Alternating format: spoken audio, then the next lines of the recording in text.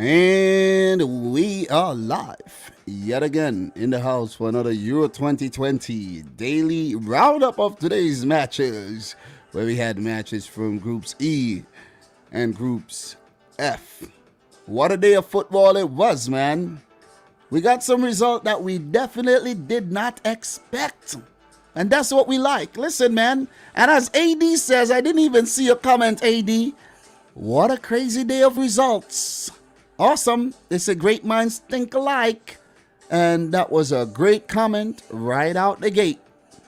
Look, man. Look. I did not get a single prediction right today. Some days you do great. Other days you don't. I predicted Spain to beat Poland. They could have. But they ain't ready yet. I predicted France to thrash Hungary. But the Hungarians, they taught us something today. That you should never give up, no matter how difficult the task may seem. And Portugal, who I predicted to draw 1-1 with the struggling Germans, ended up getting thrashed. Thrashed! Oh, for the use of a simple word, they got smashed. 4-2. So these are the games that we're going to be talking about today, and we'll be predicting the games that's coming up tomorrow. Euro 2020 action in the group stages goes all the way to Wednesday. So a lot of football left to be played, man. And match day 3 is shaping up brilliantly. Yeah, I'm glad it's not like, all one-sided and the favorites are running away with the groups. Yeah, I'm glad. I'm happy. I'm happy that it's turning out like this. So in tomorrow's games, we have match day 3 fixtures between North Macedonia and Netherlands and Ukraine and Austria from Group C. Those games will be played at the same time, so there's no collusion involved. Then in Group B, Russia played Denmark, and that's a big game because we have a lot to talk about today. We do have a lot to talk about.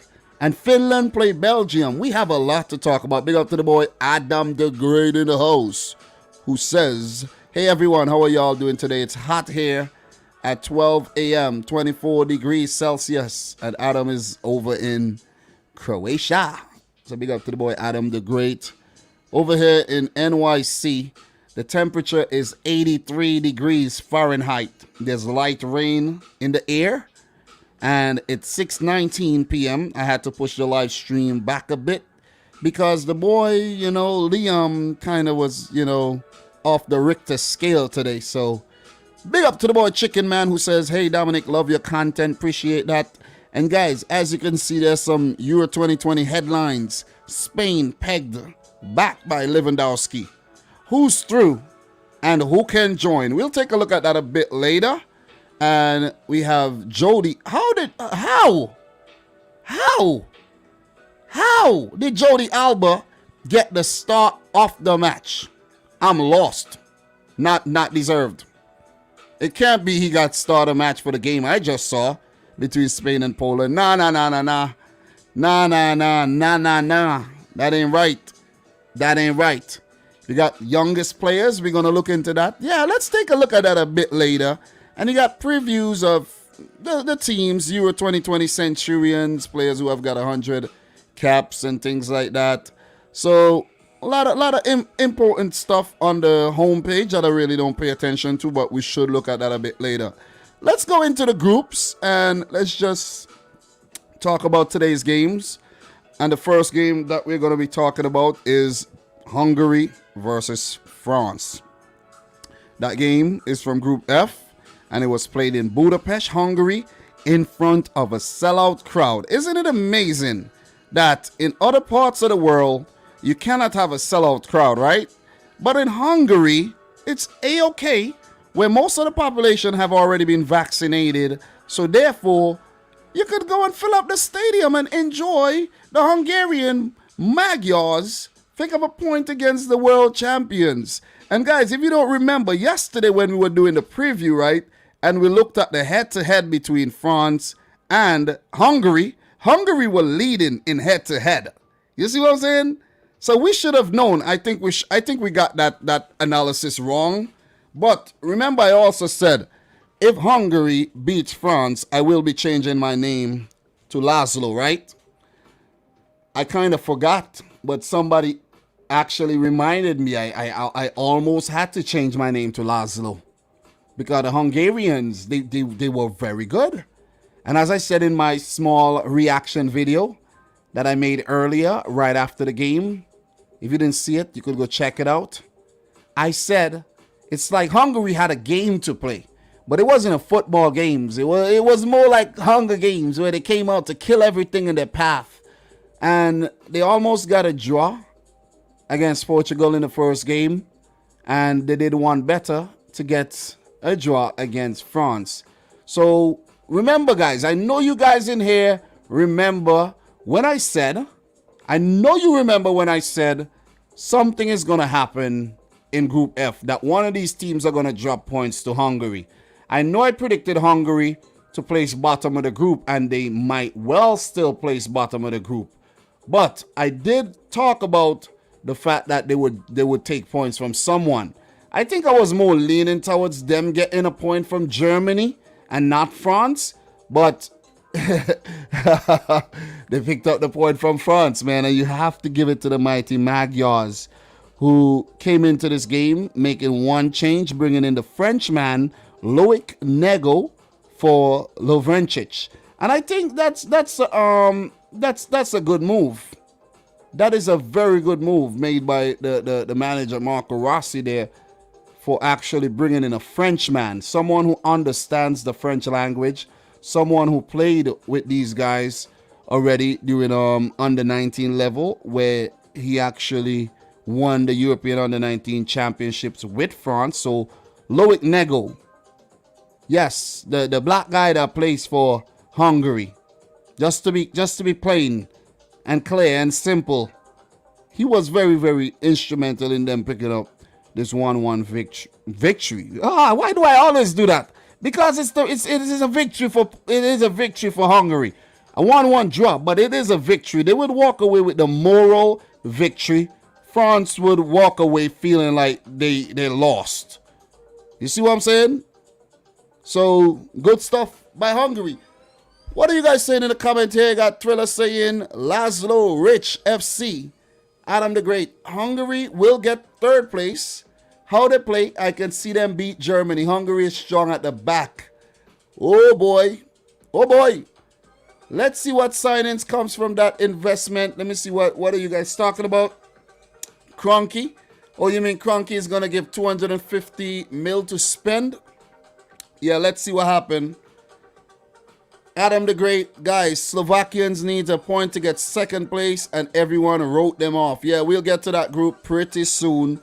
But let's talk about this group.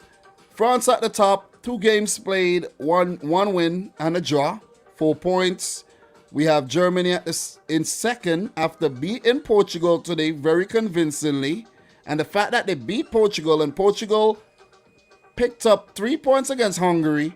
On the head-to-head rule, Germany are above Portugal. So Portugal in third. We're going to talk about them pretty soon, man. We will get deeper into Portugal pretty soon. And Hungary, the valiant Hungary, at the bottom with 1 point. But I don't think this group has any bottom, guys. This group does not have a bottom. This is the group of death. You can call this group the abyss. It has no bottom. This group ain't got no bottom. No team in this group deserves to be at the bottom right about now. Seriously. And I don't think it has a top either. So we're going to get into this first game, man. You know, just a little warm-up, something to warm the engines up. And we are going to talk about this game between France, the world champions, and Hungary, the mighty Magyars. Made 2 World Cup finals, should have won at least the World Cup, but didn't. Former great player, Ferenc Puskás. Let's talk. Fiola in the 45th minute, second minute of first half extra time. He scored, and then Griezmann equalized in the 66th minute. But as you guys know, I like to break the games down by detail. I'm not just going to let you guys know who scored and then say, hey, this is how I feel about the game, blah, blah, blah, blah, blah, blah, blah, blah, blah, blah. I like to give you guys the real information. And as I said, Hungary made one change. They brought in Loic Nego for Lovrencic. Turned out to be a good change. As I mentioned earlier, he's a former French youth international player and won the European Under-19 championship with France. France also made one change, bringing in Luca Digne for Luca Hernandez. Might have been a tactical change. Didn't work. I know Luca Digne did cross some good balls into the box, but was the change necessary? Nah. If you're going to make changes, might as well make 3 changes. Rotate against the seemingly weakest team in the group. But they have not shown that they're the weakest team, and I'm talking about Hungary. So for Hungary coming up against this French team where 8 out of 11 players were in that 11 that won that World Cup final versus Croatia. This is just simply amazing, you know what I mean? The Hungary coming up against basically a World Cup team, a World Cup final 11, 8 out of the 11, and picking up a point. This is nuts. This is nuts. There was also a stat that says that when Kante and Pogba started the same game, they had 15 wins, 4 draws. You could add another draw to that. Not a bad result, but they could have done better. There was a 14th-minute shot by Benzema saved. Griezmann had a shot on the rebound, but he would have been offside. But you got to give it to Golaski again, coming up with the big saves when his team needs him. But Benzema should have done better on that shot. There was a 17th-minute header by Kylian Mbappe, a Luca Digne cross that went wide.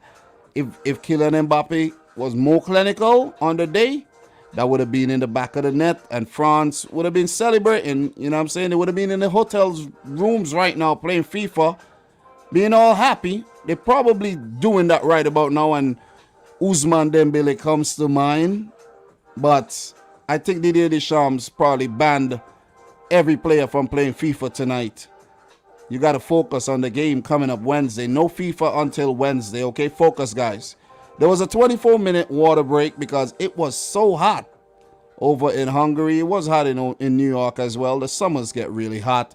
And a little bit after the water break, their captain, the very inspirational forward, Adam Jalai, he had to get taken off because of a head injury. And we know that they don't play around with head injuries these days. So he would miss the next game because of the rules. The rules state that you won't be able to play the next game if you go off with a head injury. They take in the necessary precautions so that you don't have a player collapsing on the field or anything like that. So Nikolic came on for the injured Jalai. There's Salai. There were 2 Salais playing, but this is Jalai, the captain. So there was a chance by Nikolic in the 27th minute. And then Mbappe, he teed up Benzema. And that was one of the biggest misses in the game. Karim Benzema had to put that away. And I know that Olivier Giroud must have been on the bench saying, God damn, Deschamps, Didier. Hey, I'm talking. Yes, you, Didier. If that was me, I'll put that in the back of the net. This guy Benzema is a waste. All right? You brought him back. And look at that. He played 2 games, scored an offside goal, and he had 2 big chances in the first half hour, and he can't put them away. Didier, did you watch me play against Seville earlier this season for Chelsea? You know we won the Champions League, right, Didier? That's Olivier Giroud. Yeah, so I think the next game that, France plays there against Portugal, maybe Didier Deschamps has to try switching out Benzema for Giroud, because I think it's kind of unfair for Giroud because he was the number 1 striker for France. And here comes Benzema out of the wilderness to take the spotlight And yes, he is taking the spotlight for the wrong reasons. Missing chances after chances. So that was the story of France's first half. And it got capped off nicely by a player by the name of Attila Fiola, who plays locally in the Hungarian league. Has never really got a big money signing anywhere. And it just shows, man, you know what I mean? You just got to have a bit of humility and everything. It goes a long way because this is a player, very low profile player, and he comes up against a high profile team like France and puts one in the back of the net. Very, very good link up play with his attacker. They had a nice 1-2, and it caught the French defense sleeping, napping. Whatever synonym you want to use. On their back foot, on their heels. And Pavard, man, lost his man. Raphael Varane, standoffish, didn't want to make a tackle. And how could Rafa Varane regress after one game? I was praising him in the last game against Portugal, you know what I'm saying? Not against Portugal, against Germany. I was praising him. I was praising Kimpembe. And both these guys just stand back and watch Fiola put the ball past Hugo Lloris's right hand into his near post. Lloris had nothing to do. Lloris could have done nothing about that. Absolutely nothing. Hungary led 1-0. And that was the first goal France had conceded in their last 6 matches, where they last conceded a goal in that 1-1 draw versus Ukraine. To summarize the first half, France, wasteful. Hungary, very, very opportunistic. And they actually deserve that goal. Halftime stats, 3 shots, 2 on target for Hungary, 7 shots, 1 on target for France, 30% possession for Hungary, 70% for France. So France were dominant, but Hungary with the goal. What are you guys saying in the chat? Big up to everybody right about now. Appreciate you guys coming back for yet another one. Big up to Adam the Great for dropping the super chat. He says Croatia lost 3 times against world champs. Hungary managed to get a draw. Hungary over Croatia. That logic, right? That logic. You see what I'm saying? But Hungary would be picking up some serious points for their FIFA rankings with these performances that they have been putting on for sure, though. Yo, right now, this Hungarian team will not fare well. Well, this Croatian team will not fare well against this Hungarian team. They won't. They really won't. And Hungary has been a team that give Croatia trouble recently. So, yeah. You got a great point there, Adam. Sebastian, France was not hungry for goals today. Love it, man. Absolutely love it. Guys, if you're in here and you haven't yet smashed the thumbs up button, make sure you do so. And if you're a new subscriber, thank you very much for subscribing to the channel. Do appreciate all the new followers and the support. And not to forget the regulars, man. You listen. You gotta remember the guys that show up time and time again for the stream. You guys are the real deal. Remember, I told you that. So, guys, sweet. We hit 35 likes already. So if you're in here and you haven't yet smashed it, make sure you do so. Let's continue with the comments here. We got Dane Richard saying, I'm hungry, but the doctors say I eat foods with too much grease. Love it, bro. Love it. Love it. You know what I'm saying?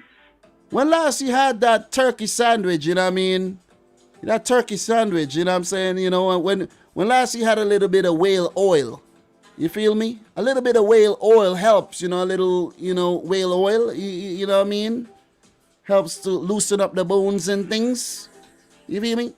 We have Sebastian saying, Loic Nego is good. Definitely is. Definitely.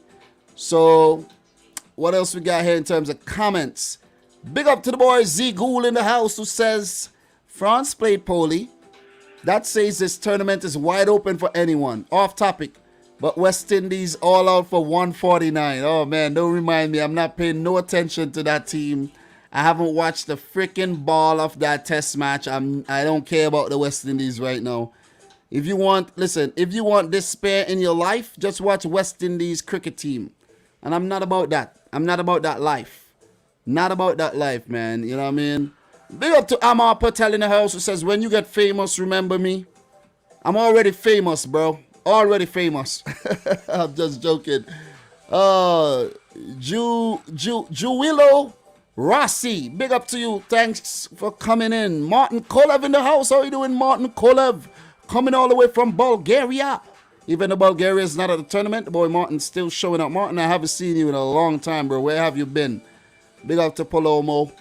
Big up to Ricky Swift, who says, I predicted a Poland win in your chat yesterday, so I guess I was the closest. I did predict the draw, so yeah. And Zachary says, our predictions, what the F was that? I know, man. What a day of football we had. So we're going to talk about the second half where France needed to chase the game. And coming into the second half 1-0, they needed to do some things. You know, they needed to do something to get back into this match. And what Didier Deschamps did, he brought on Ousmane Dembele for Adrien Rabiot. Listen, I told you guys, right, that Rabiot is a waste. Not to offend any Juventus fans in here or anything, but I told you guys, this guy Adrien Rabiot is a waste man.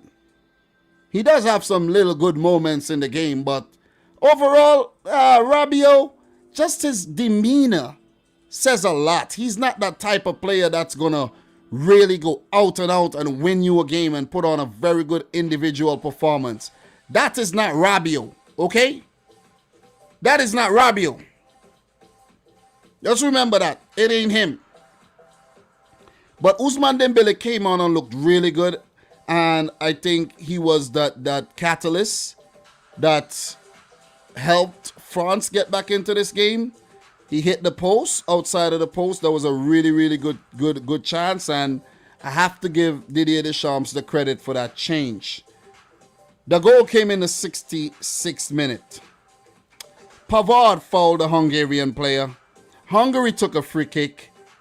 They committed too many men, too many bodies forward. And Lloris with the quick release, just like Edison, you know, reminds me of Edison. And the bounce. So maybe at that time you're thinking, why didn't France try more vertical balls, you know what I mean, into the box? Look at when Digne crossed that ball into the box for Mbappe. It caused a lot of trouble. And that long ball, Burnley style, long ball, is what really, really troubled the Hungarian team. And the bounce fell nicely to Mbappe. And Mbappe did, you know, work his little magic trick. You know, pulled out the prestige and all.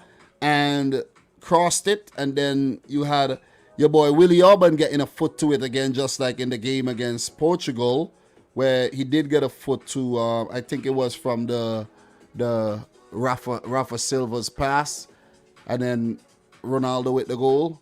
So he did touch the ball. He just can't seem to get a nice clean clearance before these goals are scored. So we had Antoine Griezmann pulling out the nice left-footed shot into the back of the net. And France, 1-1. This would have been a disaster, guys, if France had lost this game. It would have been a disaster. Listen, this would have been a disaster if France had lost this game, man. You know, so there was another cooling break after the goal was scored. You got to note that because this affects the game. You see what I'm saying? So if after France scored, they get a little cooling break, that would give Hungary a little time to say, okay, let's try to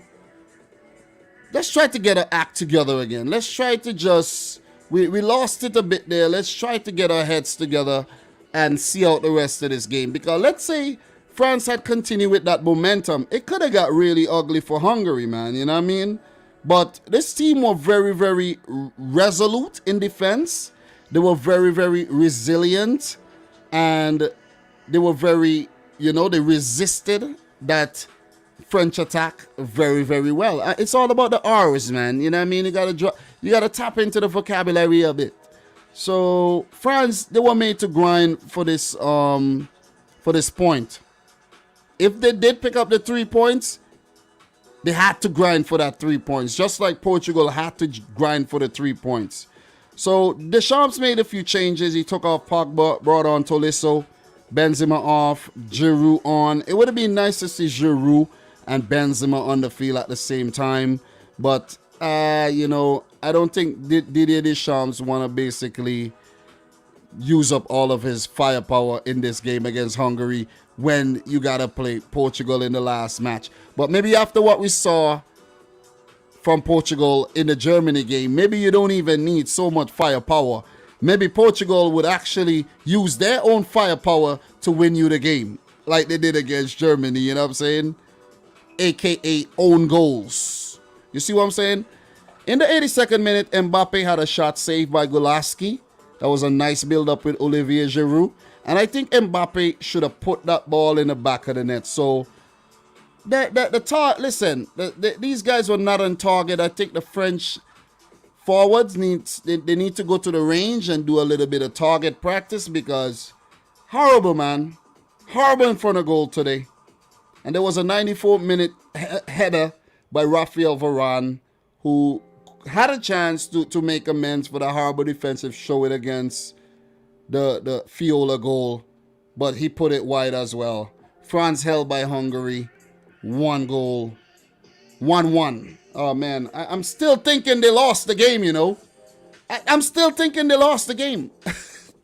Then I'm still thinking they lost. It feels like they lost the game.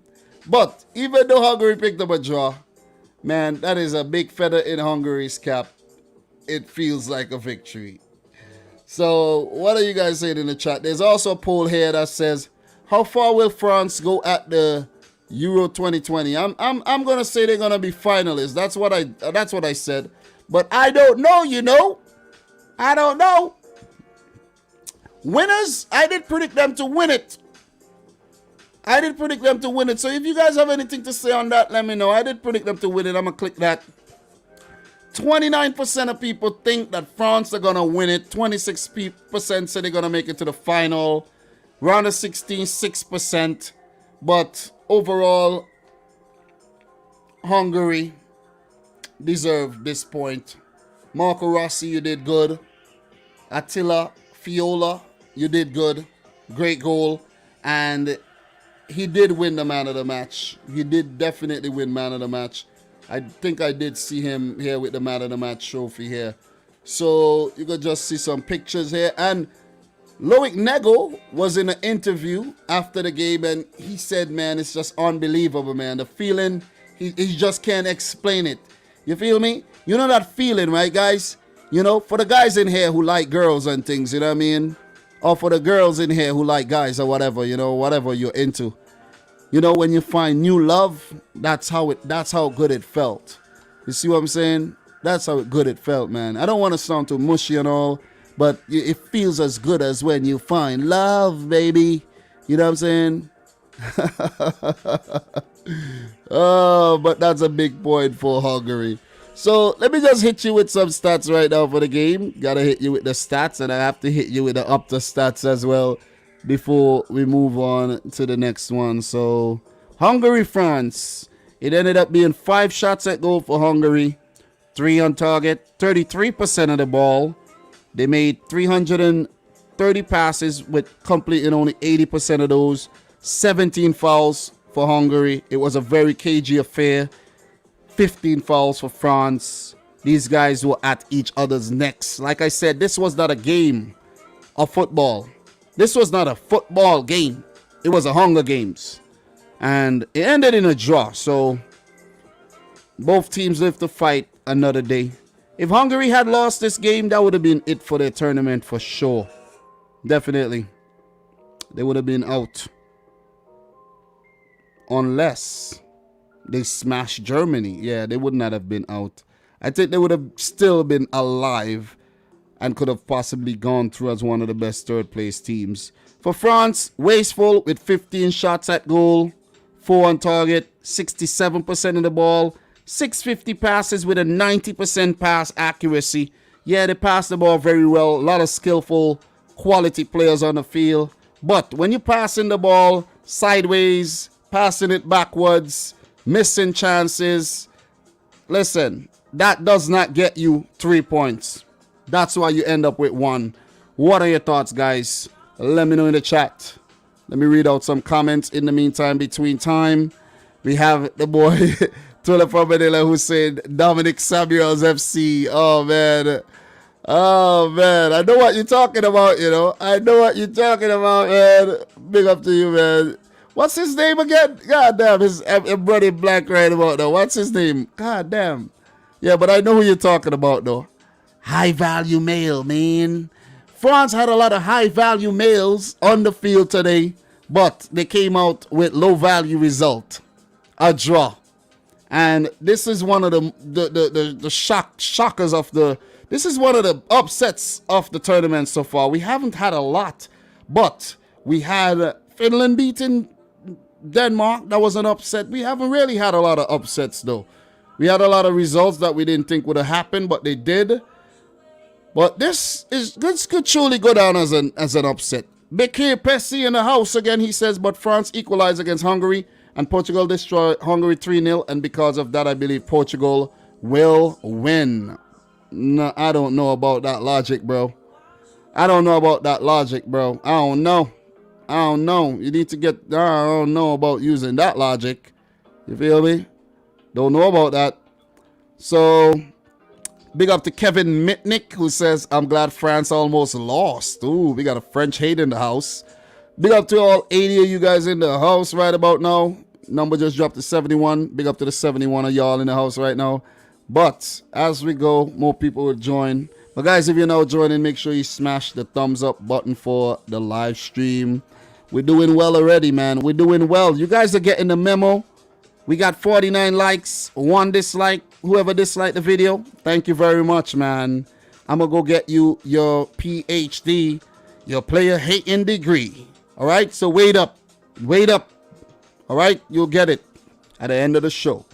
So let me just pull up the Opta stats for this game. Let me get you up to Joe. Up to Joe.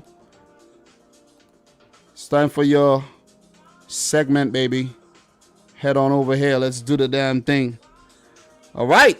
So we're on Twitter. Up to Joe. Let's get to the France game. We got to scroll down a bit before we get to that. There's different Optas, you know. There are different Opta people, but I like Up to Joe.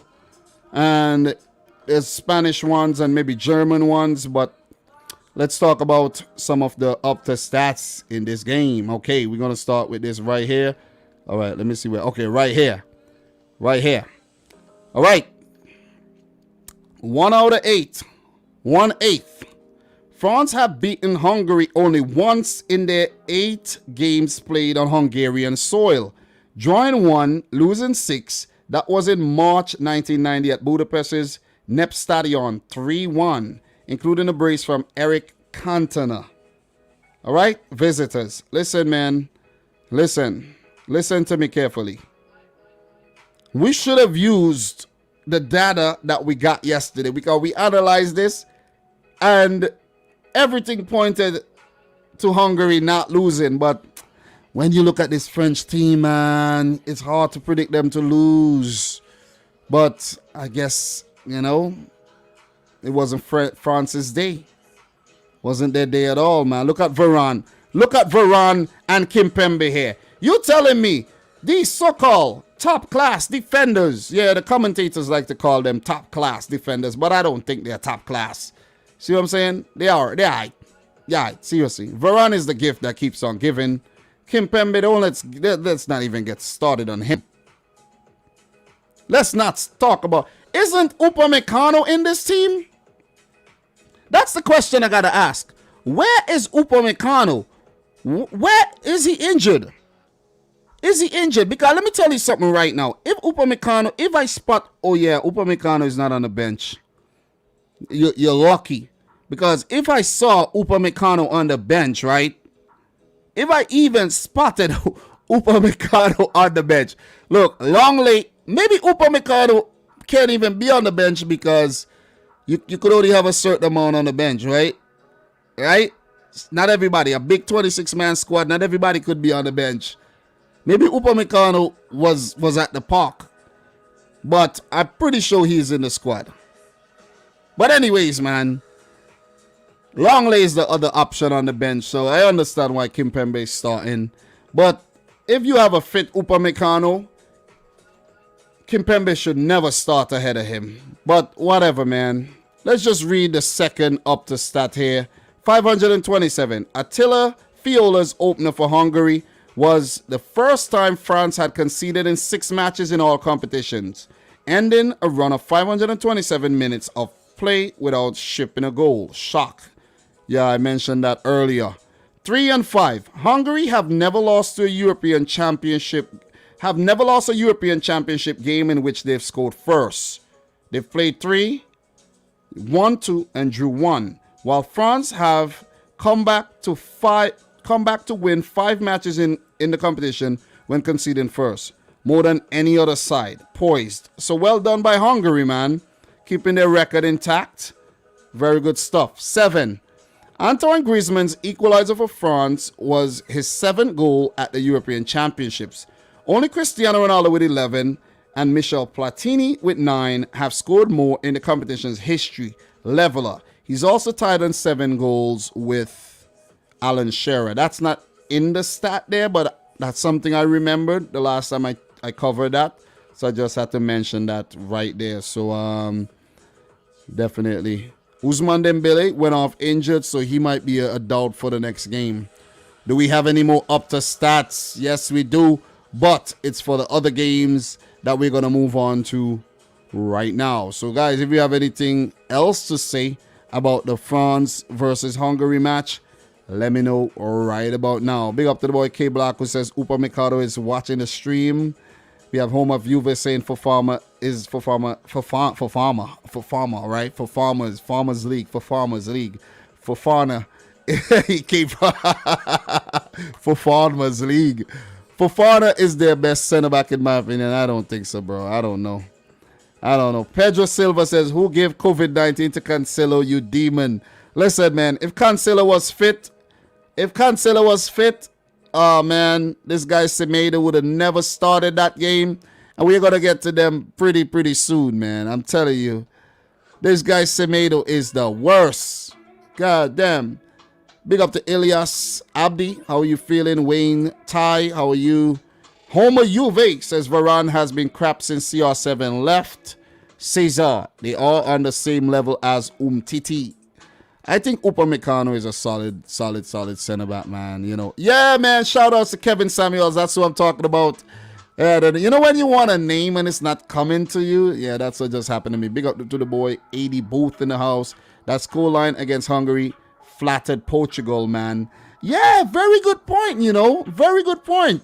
Seeing that game was played earlier in the morning, it could have affected the way the teams played in the Portugal-Germany match, where Germany could be like, whoa, whoa, I think we got a chance here. And guys, remember yesterday I was actually saying that Germany could actually go on and top this group. I did mention it. Even though I didn't predict them to win their game, I predicted a draw, a 1-1 draw. I said that if Germany beat France and then they beat beat Portugal and then they beat Hungary, they could end up with 6 points. And France on 4 points could draw with Portugal and they both end up on, France would end up on 5 points, Portugal will end up on 4. And Germany could go on to top this group still. Even though we've been making a lot of jokes about Germany and how bad they've been lately and all of that, it seems like they could get their act together. It seems like Joachim Löw has one last hurrah left in him. And it's left to be seen. Definitely left to be seen. So we're going to go back over to the website and we're going to go back to the group. I just thoroughly broke down the France versus Hungary game. But in terms of closing thoughts, this might not be a bad thing for France, as I mentioned in my reaction, because they need a challenge. If they walk over every single team, all the way, let's say, to the semis, and then is when they get their first real test. They could lose. So they could be upended. So if they get tested by Hungary and then they get tested in their final game against Portugal, France will still go through. France has enough points to even go through as third. They will go through. But it's good to be tested. And I think in the next game, Deschamps should try something else. Bring on a few new players. Try something so that you know what you have to work with when you get to the round of 16. You see what I mean? As for Hungary, listen, they have everything to play for. You check the schedule right here. The next game will be in Munich, though. That's what's going to be against them. The fact that they're not at home for their third group match. If they were at home for this game, oh man, the ball would have been in their court and it would have been advantage Hungary, in my opinion, with that 60,000 plus crowd behind them, screaming every time Shalai or Salai or Adam Naj touch the ball. But the fact that it will be in Munich, that could play into the Germans' hands. And then Portugal, they play France in Budapest. So let us see how this one work out. Guys, we're going to stay in Group F. But before we do, let's see what you guys are saying in the chat. I want to read your comments. Definitely got to read your comments. Atalanta BC from the Dominic FIFA channel. Big up to you. How are you doing, man? ML, jokes about us Germans. Ha ha ha ha. We are maybe no more the best of the best, but always will be on top spot, bro. Ooh, here come the confidence. Here comes the confidence, man. The confidence is coming. Oh, boy. Oh, boy. But you never know. Maybe you have all right to be confident after smashing Portugal like that. Pedro Silva, you seem like you're from Portugal. So you and ML could, you guys could hash it out in the chat there, yeah. Portugal versus France is more tactical fit. All previous few games have been very, very close. We have Miss Cool who says Portugal will go through. I believe. God help us. Listen, man, when you have to resort to God, that's not a good sign at all. You should resort to God all the time. When God is your last resort, you sound a bit desperate there, man. Seriously, you sound real desperate. You feel me? Dan Tora, Germany be like, well, how the tables have turned. Yes, they have turned. They have turned, you know what I mean? And it's your boy Dominic Rich at the ones and twos right now, playing the beautiful music in the background. Talk about turntables.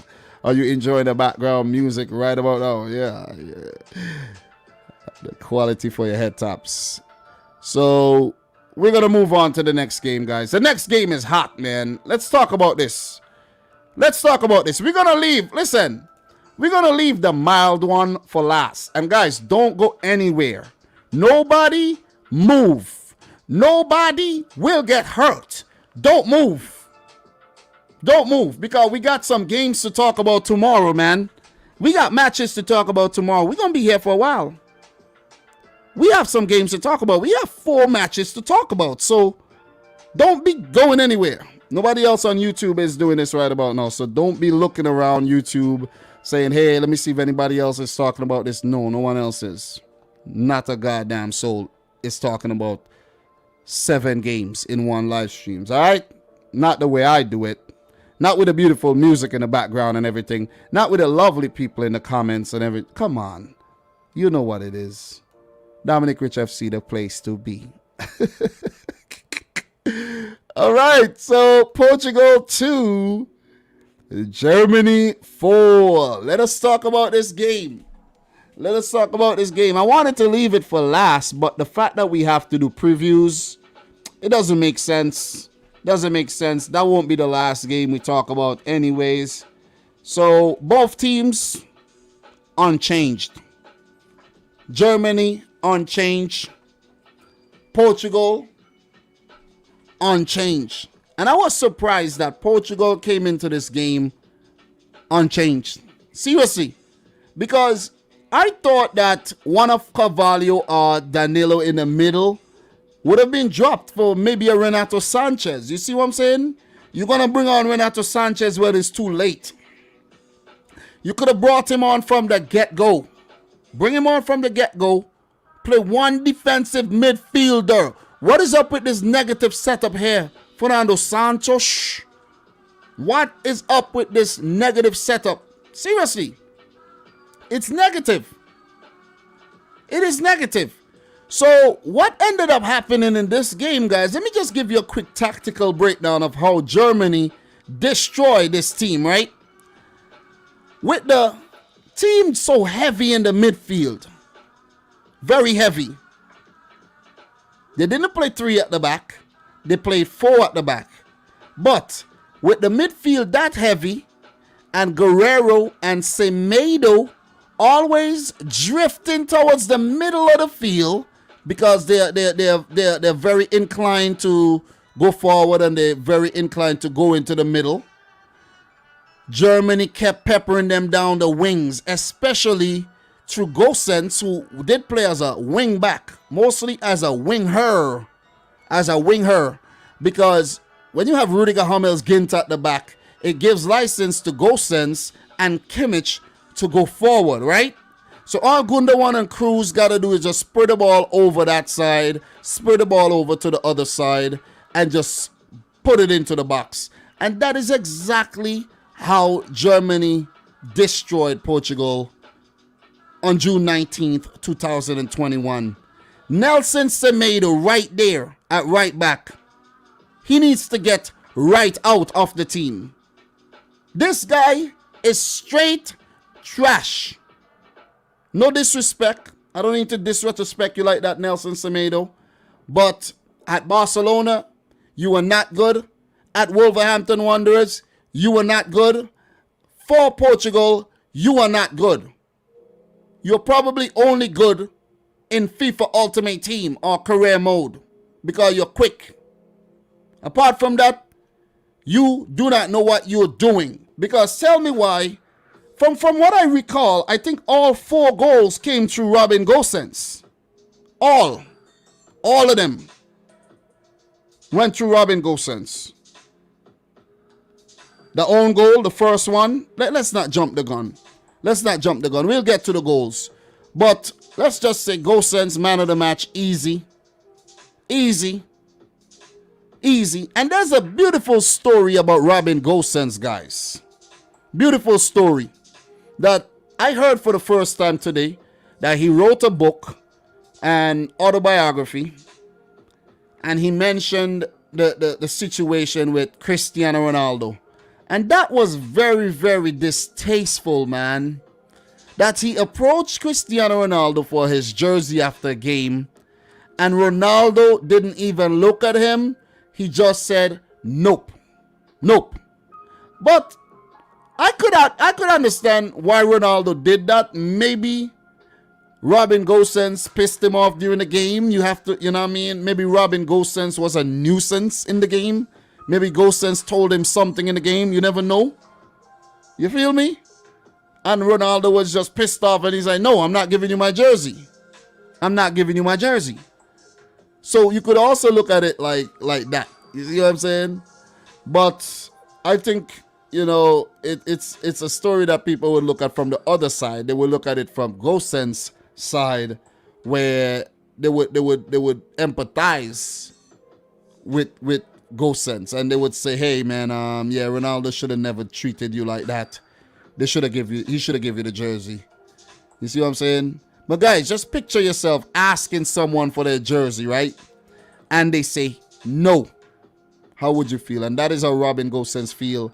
And he had a whole lot of vengeance in his heart today when he came up against Portugal with a Ronaldo team, with a Ronaldo in the team. Not the team is not Ronaldo, but yeah, you get what I'm saying.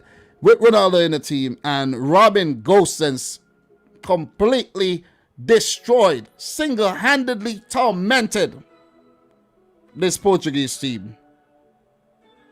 Germany started well in the game. Gnabry, he did score, but it was an offside in the build-up. There was even a handball, but it was given for offside.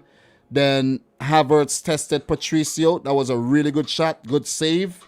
And it was a great start by the Germans. And then, against the runner play, Portugal scored. And then I'm like, okay, here goes my prediction. I predicted a 1-1, but I'm like, okay, Portugal score. Seems like Portugal are going to go on to win this one, you know. Germany controlling against the runner play. Bernardo Silva with the sublime pass.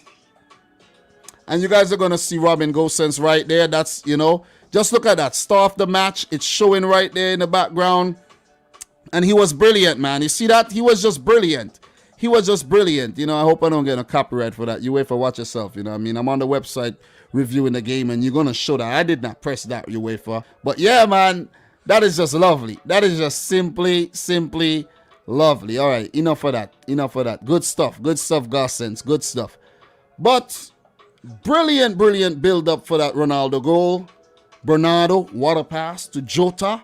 It's nice when you see City linking up with Liverpool, linking up with Juventus in the back of the net. Tap in. Thank you very much, sweetie. 1-0 Portugal. And I'm like, okay, this ain't looking good for Germany at all.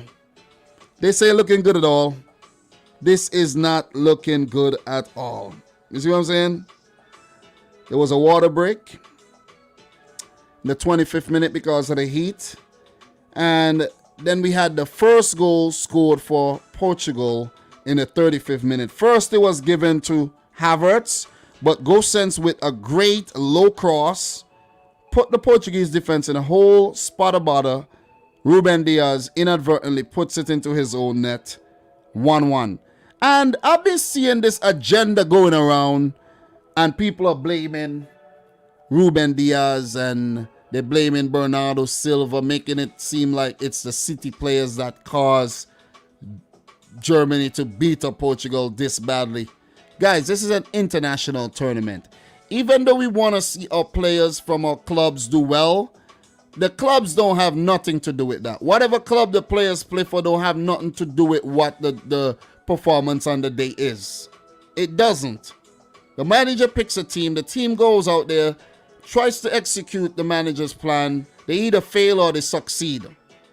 And it had nothing to do with whether Jota was bad or Bernardo was bad or Ruben Diaz scored an own goal or Rafa Guerrero. It doesn't have anything to do with that. You know what I'm saying?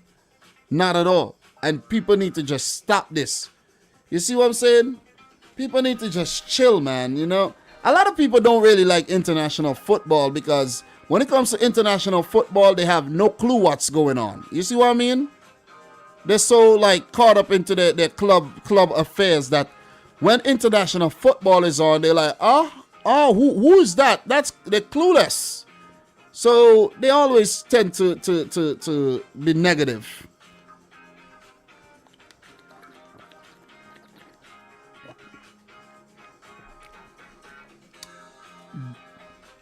All right, just had to take a water break there. All this talking, you got to take a sip. Been here for 53 minutes and counting. We're into the second game. Guys, if you haven't yet smashed the thumbs up button, make sure you do so. We'll definitely appreciate it. Love it. How much we got? 69 thumbs up. We're on a roll today, guys. We are on a roll. We are on a roll. So we have Thiago Melo is saying Fernando Santos will get sacked even if we get through the group stage. Well, he's up there in age. You know, they might just make him retire or something, you know what I mean? But, guys, chill in the chat. Let's have a nice time. And let's all get along. Let's all get along, all right? So, Atalanta BC, calm yourself down. Calm yourself down. Let's have a nice time, guys. Let us have a nice time. So, own goal scored by Portugal.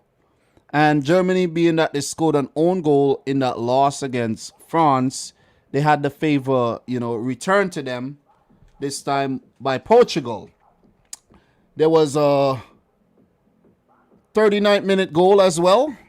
39-minute goal, another own goal. And this was the first time at the Euros that two own goals was actually scored in the same match. And you also have to note that there was also a VAR check for whether Robin Gosens was offside. And it was very good job for, I think that was Kimmich, who kept it alive after that Gosens cross came in and just put it across the goal, and Rafa Guerrero put it into the back of his own net. Would you call it poor defending, poor positioning, or just overall a poor performance by Portugal up until that point? Germany were all over them. This is a German team that has been going through some things, and it's a challenge for them after losing that opening match of the tournament. It was basically do or die for them, you know what I mean? If they had lost this game, yeah, they had to go and beat Hungary, but then they had to depend on goal difference to determine if they're one of the best third place teams in the group. And you don't want to leave your survival in the tournament to chance. So they went out there, they did their thing, they caused a whole lot of bother in the Portuguese defense, hence the reason why they forced these own goals. So 2-1 in the 39th minute, and it seems at that point in time in the game that Germany were dealing with all own goals at the tournament after scoring against France an own goal, and then 2 goals against Portugal, own goals. So which was pretty crazy, man. So Germany, far better team in the first half, of course. And even at halftime, I give Gosens the man of the match. Halftime, man of the match, Gosens, because he was just all over this Portuguese defense, man. And he's a defender by trade, but he was playing higher up the field more as a winger. And he is definitely one of the guys that helped Atalanta become so damn successful.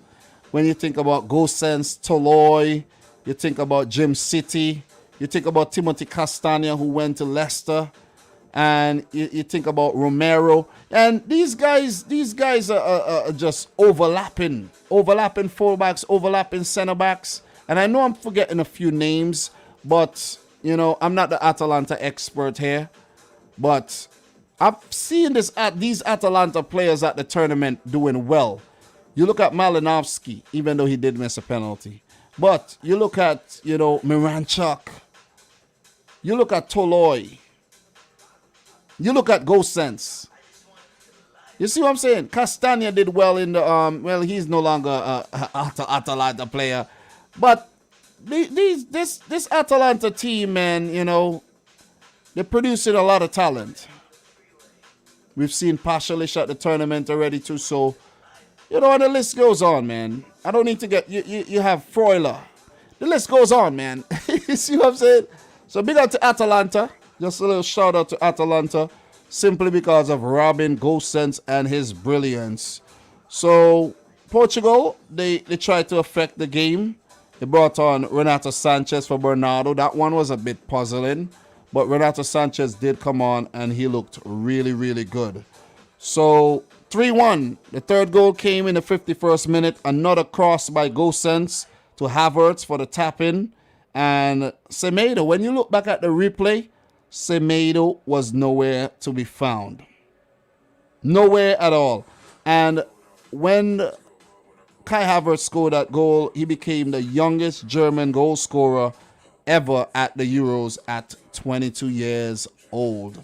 So that's just a little up to stat early on in the analysis for you there. So good stuff by Germany coming back from behind. Remember, Portugal scored first and they give up the lead. Germany taking it up to 3-1. And at that time of the game, I'm like, it's over. It is over for Portugal. No way they're coming back here. You know, heads already started to drop, and it just got from bad to worse. 60th minute, Gosens puts the icing on the cake, getting a goal of his own after helping to set up quite a few. And that was a really nice cross by Kimmich. And you saw the leap there from Gosens to beat Rui Patricio in goal. And Portugal getting smashed, man. I couldn't believe what I was seeing. I really couldn't believe what I was seeing. So you got to give it to Germany here, man. Seriously. Back against the wall. And you know, when you have an animal cornered, the animal is at its most dangerous, and Germany definitely were dangerous. They made a few changes after going 4-0 up. Of course, they got to refresh the team, rest a few players for the final game. We had Goretzka coming into the match as well. And Germany were looking really, really, really damn good. Portugal scored in the 67th minute. It was a free kick. Cristiano Ronaldo kept the ball alive. Crossed it over for Diego Jota for a tap-in. That was a really good goal. That sparked a late fight back for Portugal. But it would have taken a lot. It would have taken a lot more. It would have taken, the Portuguese players to just completely play out of their skins in order for them to catch Germany. It would have been nice if we had a 4-4 thriller, but I didn't see it happening, man. Seriously. A bit too late. A bit too late to start the comeback. Cristiano Ronaldo, who is now the highest goal scorer at the tournament, the Euros, 11 goals. He has now become the highest assist getter as well. So big up to Ronaldo and on breaking. The man seems like he's breaking records every single game though. Renato Sanchez hit the post in the 79th minute. Back at the Allianz Arena, he must have felt at home. And he came on and added a lot of impetus to the Portuguese attack. And it's really nice to see how he revived his career after picking up Young Player of the tournament back in 2016. Being part of that winning Portuguese team. Big money move from Benfica to Bayern Munich. Flopped. Went to Swansea. Got injured. Went back to Bayern Munich. And then went to Lille. Revived his career. And won the damn league title. So Renato Sanchez would be in the round, in the Champions League next season. And that'll be really nice to see, man. So Andre Silva came on for Jota late. And Goretzka had a shot blasted over. And it's very important that Joachim Löw got Goretzka involved because he's a very key player in the midfield. And if you have Goretzka firing on all cylinders, it could help Germany get deep into that tournament. So Portugal lost the game 2-4 on German soil. And it was a shocking result. Never expected this. Yeah, maybe if Germany win the game, maybe 2-0, 2-1 or something, but not 4-2, man. That is a horrible performance by Portugal. Let's not try to sugarcoat nothing. Portugal were nowhere near their best on the day.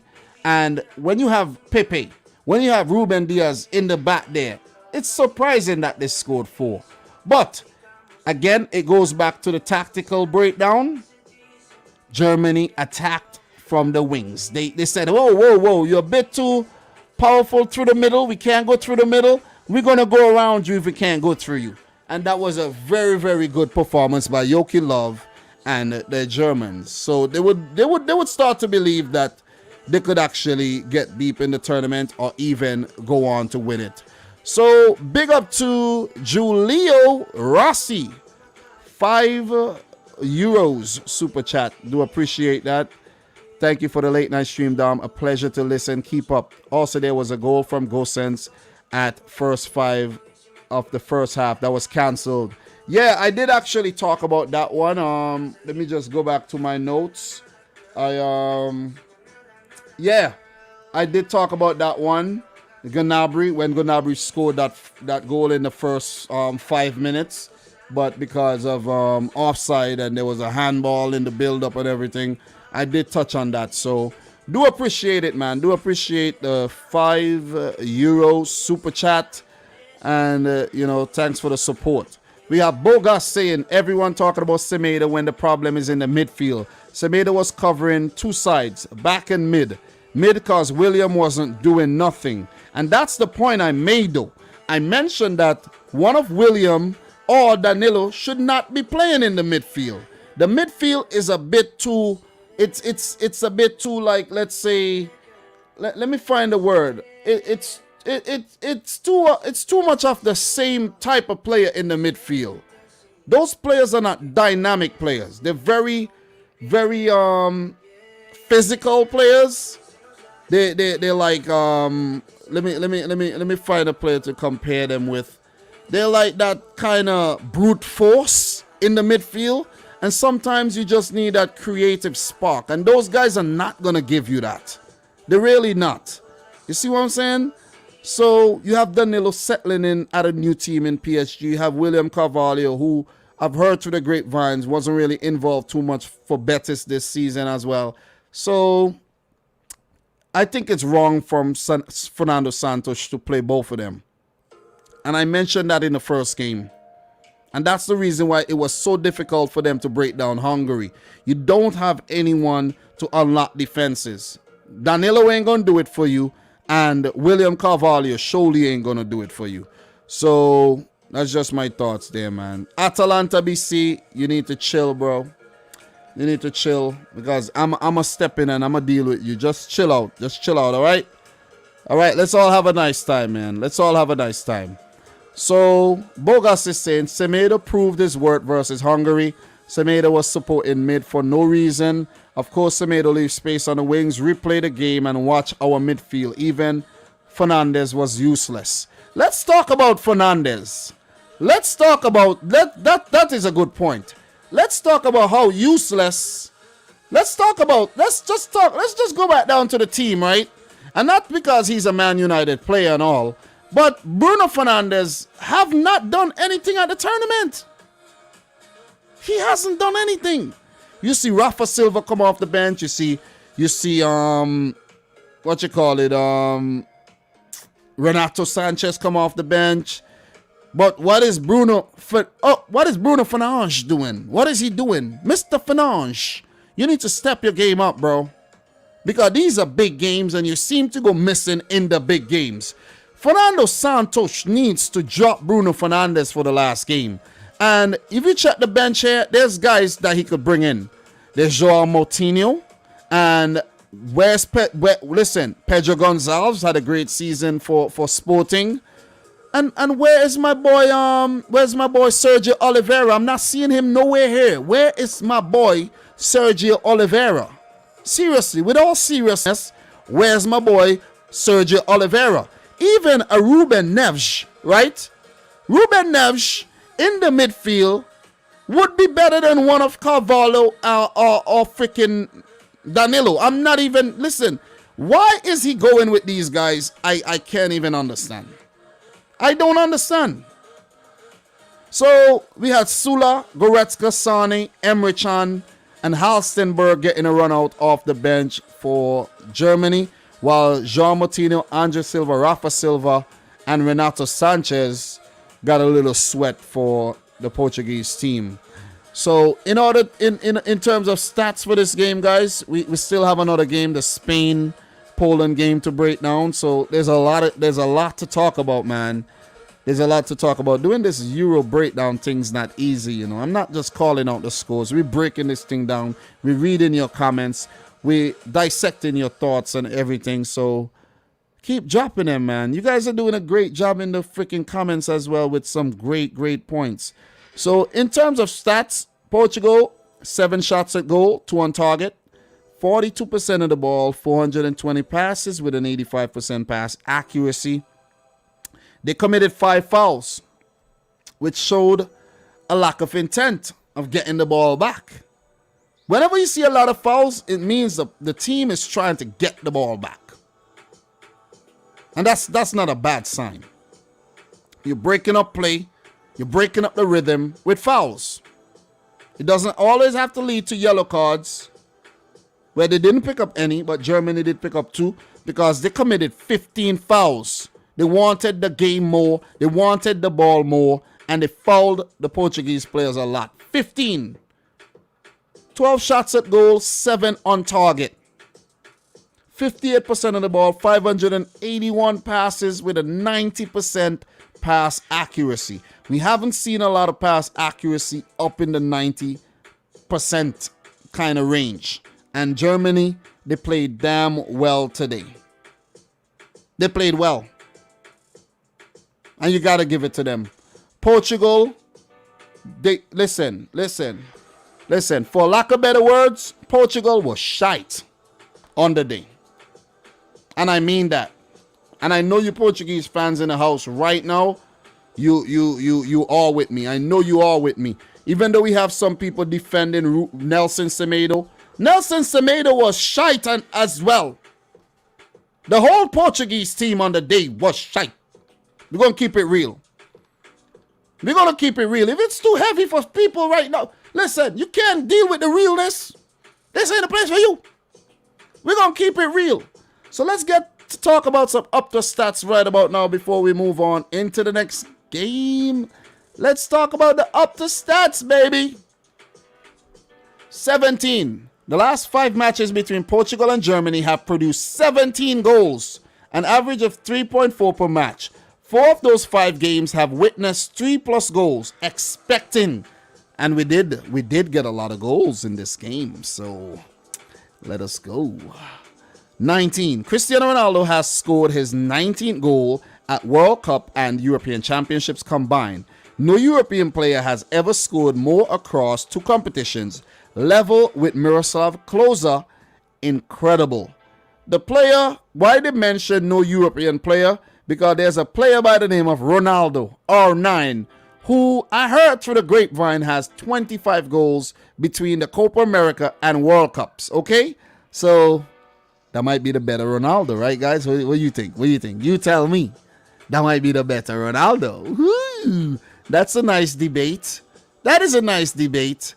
But if only the other Ronaldo was fitter throughout his career.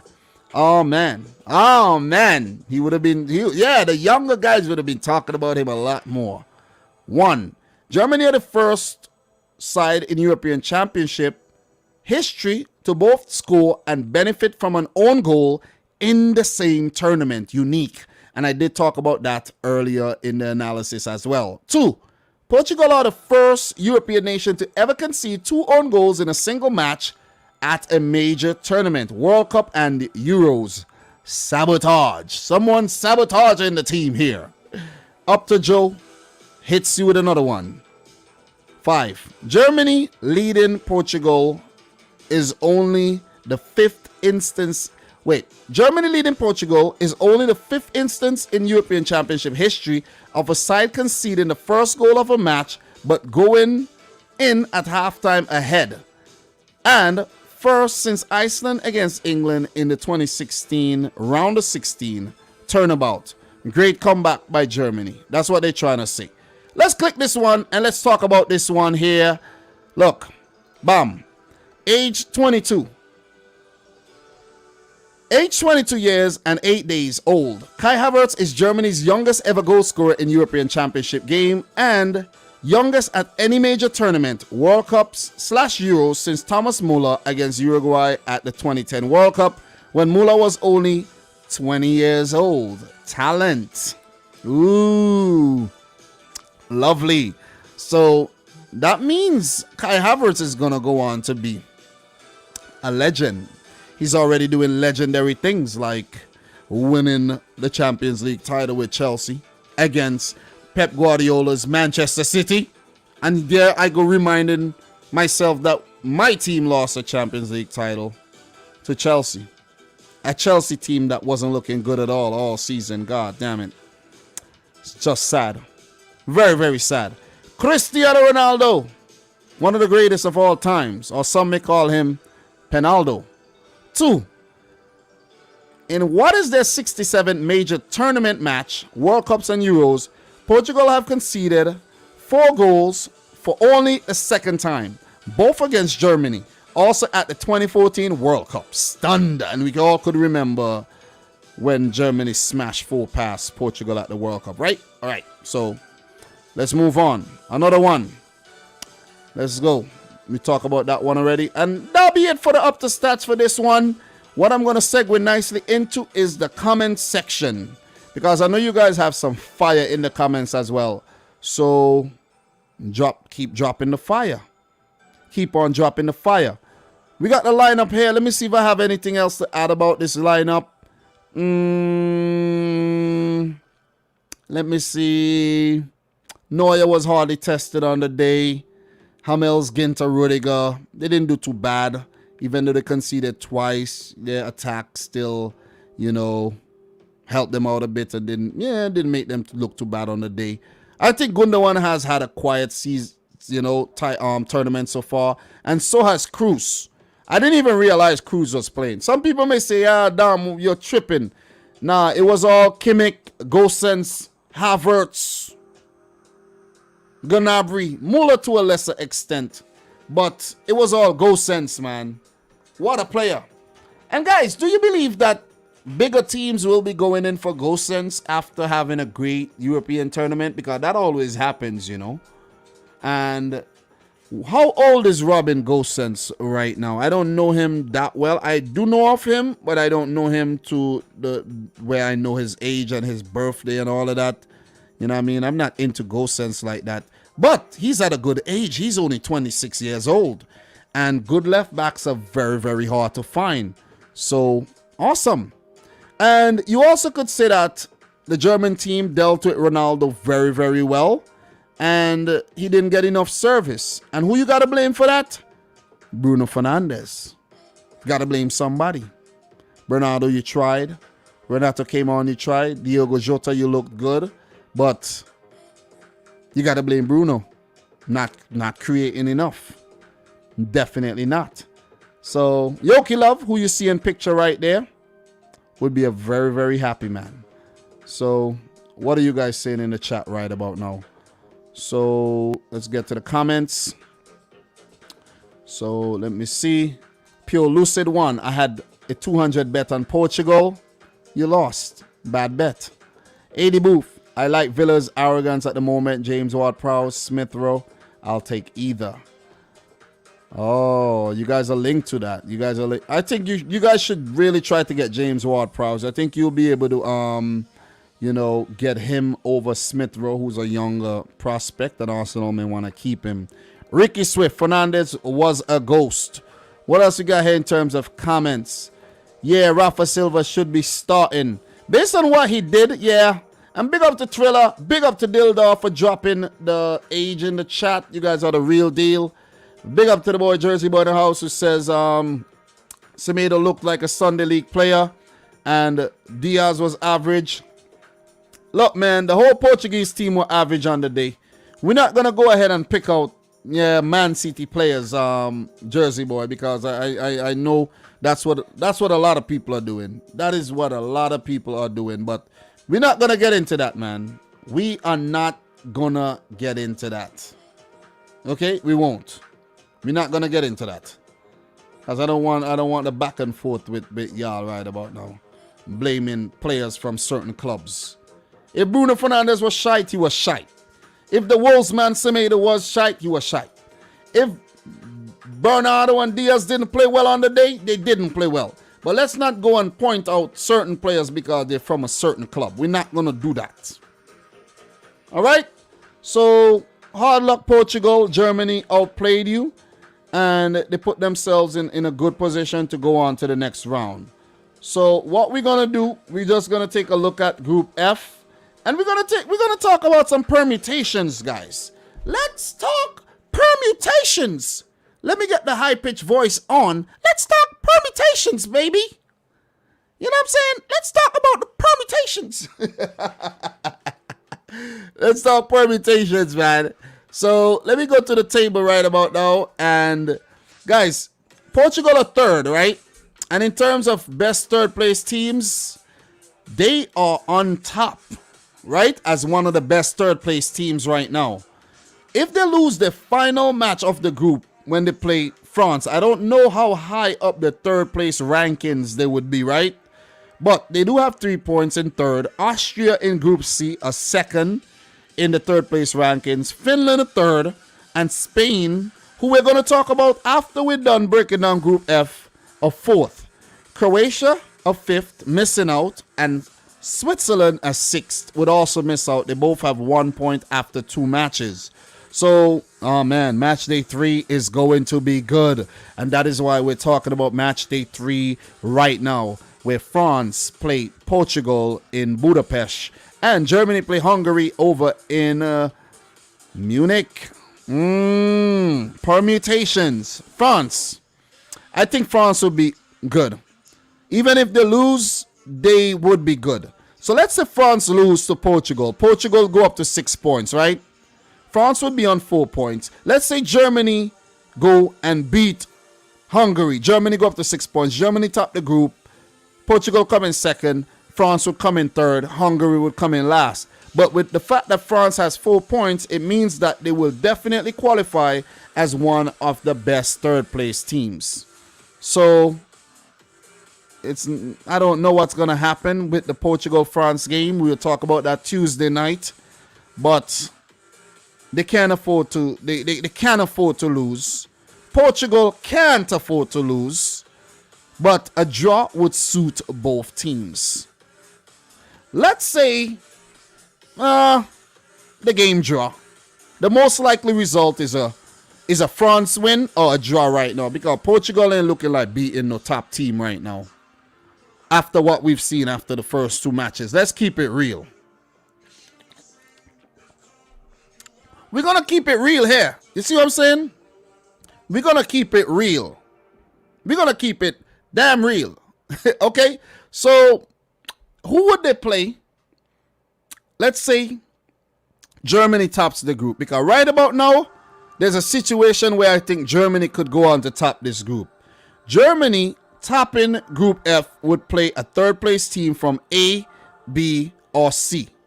All right? And if you look at the third place teams right now in A, B, and C, we have Switzerland. They won't qualify, so then you move over to B. Could be Finland or Austria. But it's going to change. These won't stay the same after match day 3. So, if Germany tops the group, they would have, I think, an easy opposition in the round of 16. Whoever tops Group F would have an easy opposition in the round of 16 and an easier path into the last 8.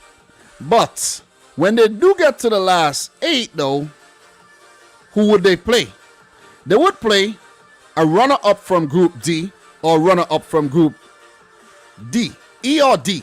So then it becomes an easier path as well, because if you look at Group E, you see the teams in Group E, and then if you go to Group D, you see the teams in Group D.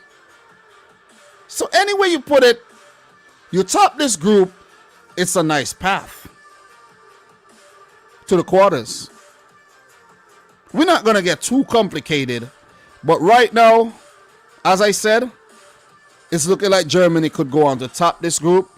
France coming second, Portugal third in the group again, and Hungary fourth. If Portugal come in third in Group F, they could play the winner of Group B. They could also play, they could also play the Netherlands.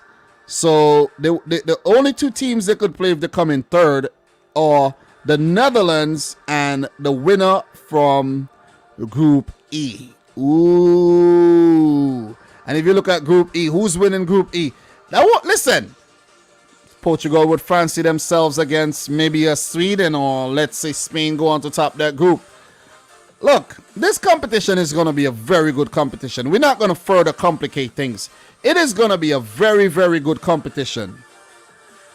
In the round of 16, it will be good. It's already good in the group stages. And we are going to have one of the best Euros of all time. I know every tournament we always say the same thing, but we're going to have a good tournament. Because these permutations, who's playing who? Oh man, we're going to have some tasty matchups. All right? We are definitely going to get some tasty matchups here. So what we're going to do, guys, we're going to move right on to the next group, and that is Group E. Already have it on the screen. And we're going to talk about Spain's bum ass drawing their second game in a row. Let's talk about them. Let's talk about Spain, baby. Let's talk about Spain. Let's talk about Spain, because I have a mouthful for Spain. A whole mouthful of expletives for Spain right now. But I can't put them all out, because they have not been good. Spain have not been good. Okay? Spain have not been good. And as my boy Doug says, the performance so far at the tournament has been Spainful. Very, very Spainful. Okay? Very Spainful. So, big up to everybody in the chat, guys. We need 7 more thumbs up to hit 100. We do have 3 dislikes. Whoever disliked the video, you know what I mean? That's not good. I hope you do not win the lottery. Just to be nice. I hope you never get laid again. So if you're in here and you smash the thumbs down button, make sure you turn that one to a thumbs up, okay? And if you haven't yet smashed the thumbs up button, head on over to your neighbor's house, right? Go in their backyard and grab whatever piece of debris you could find and smash the thumbs up button with it, okay? Or if you don't want to do that, just tickle it nicely with your pinky finger. That'll be okay as well. So let's talk about the final game today that we have to review before we get into the predictions for tomorrow's matches. And the game that we're going to talk about comes from Group E, where Sweden, I got to watch myself. There's 3 S's in here. Sweden on top of the group with 4 points, 1 win and a draw. Slovakia second, 3 points, 1 loss and the win. Why am I saying a draw? And Spain with 2 draws. It seems like they're going to do a Portugal from 2016 and draw all 3 group games, right? That might be good enough to get through the next round. And right about now, Spain in terms of third place teams are 4th. So they're right on the brink. They're right on the brink of being, you know, one of the worst third place teams. They need to win their final game. Spain needs to come to the party. Euro 2020 party. Spain invited, and it seems like they don't want to come to the party at all. It really seems like they don't want to come to the party. They gotta get their act together. And Poland at the bottom with 1 point, which would feel like a victory today against Spain. So we get to the match. Spain won. Poland won. 25th minute goal by Alvaro Morata. It almost did not happen. It almost didn't happen, guys. But it happened. They eventually give it after the flag was raised. And then, you know, they had a VAR review. Referee pointed to the halfway mark to acknowledge a goal. Morata finally scored. And Louis Enrique probably saying, oh man, a good thing I persisted with Morata. But this guy Morata is trash, man. The opportunities he had in this game, he could have scored a hat-trick. I'm going to be hard on Morata. These guys are professionals and they get paid very well to score. And when you don't score, come on. Come on. You're not doing your job. Simple. Simple. I'm a mechanic, right? When I go to work and they say, hey, Dom, do the PM on this truck. Do the preventative maintenance on this truck. The monthly preventative maintenance on the truck. Do all the necessary. Follow the paperwork. Do what you have to do. If I fail to do it properly, where I'm getting paid to do it, and I'm failing after I'm failing, they're going to say, hey, man, we just reviewed your file, and you're not doing the PMs properly. You're changing the oil, and you're forgetting to put oil in the truck, and you just destroyed the whole damn engine, Dom. You're fired. Morata needs to be dropped. Drop him. I don't care if he scored. Drop him. He's a liability. Alvaro Morata is a liability. I repeat, Alvaro Morata is a liability. And if I'm lying about that, everybody could leave the stream right now if I'm lying.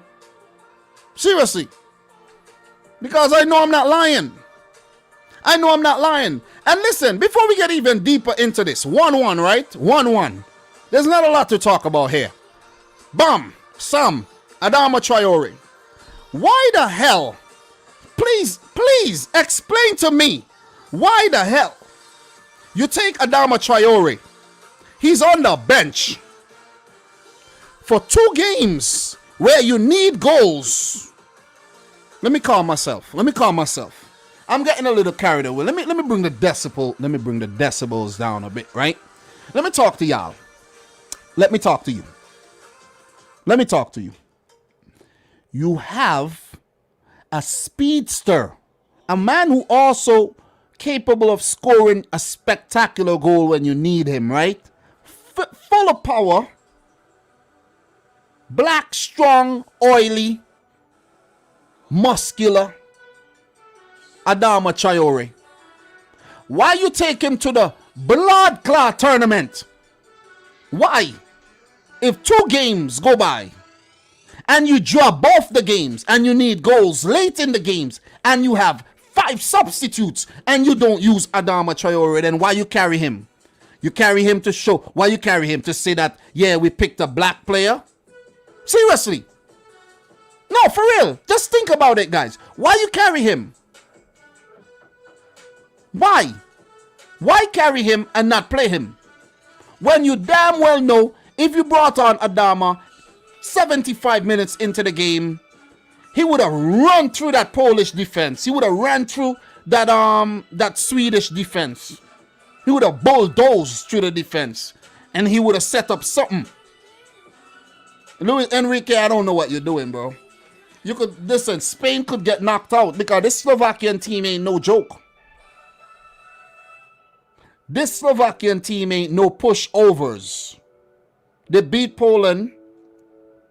Sweden, Sweden got a penalty to beat them. And I don't think it's going to be easy for Spain. It ain't. It ain't. You see what I'm saying? What are you guys saying in the chat about what I just said there? Talk to me, man. Listen. Talk to me. Ricky Swift.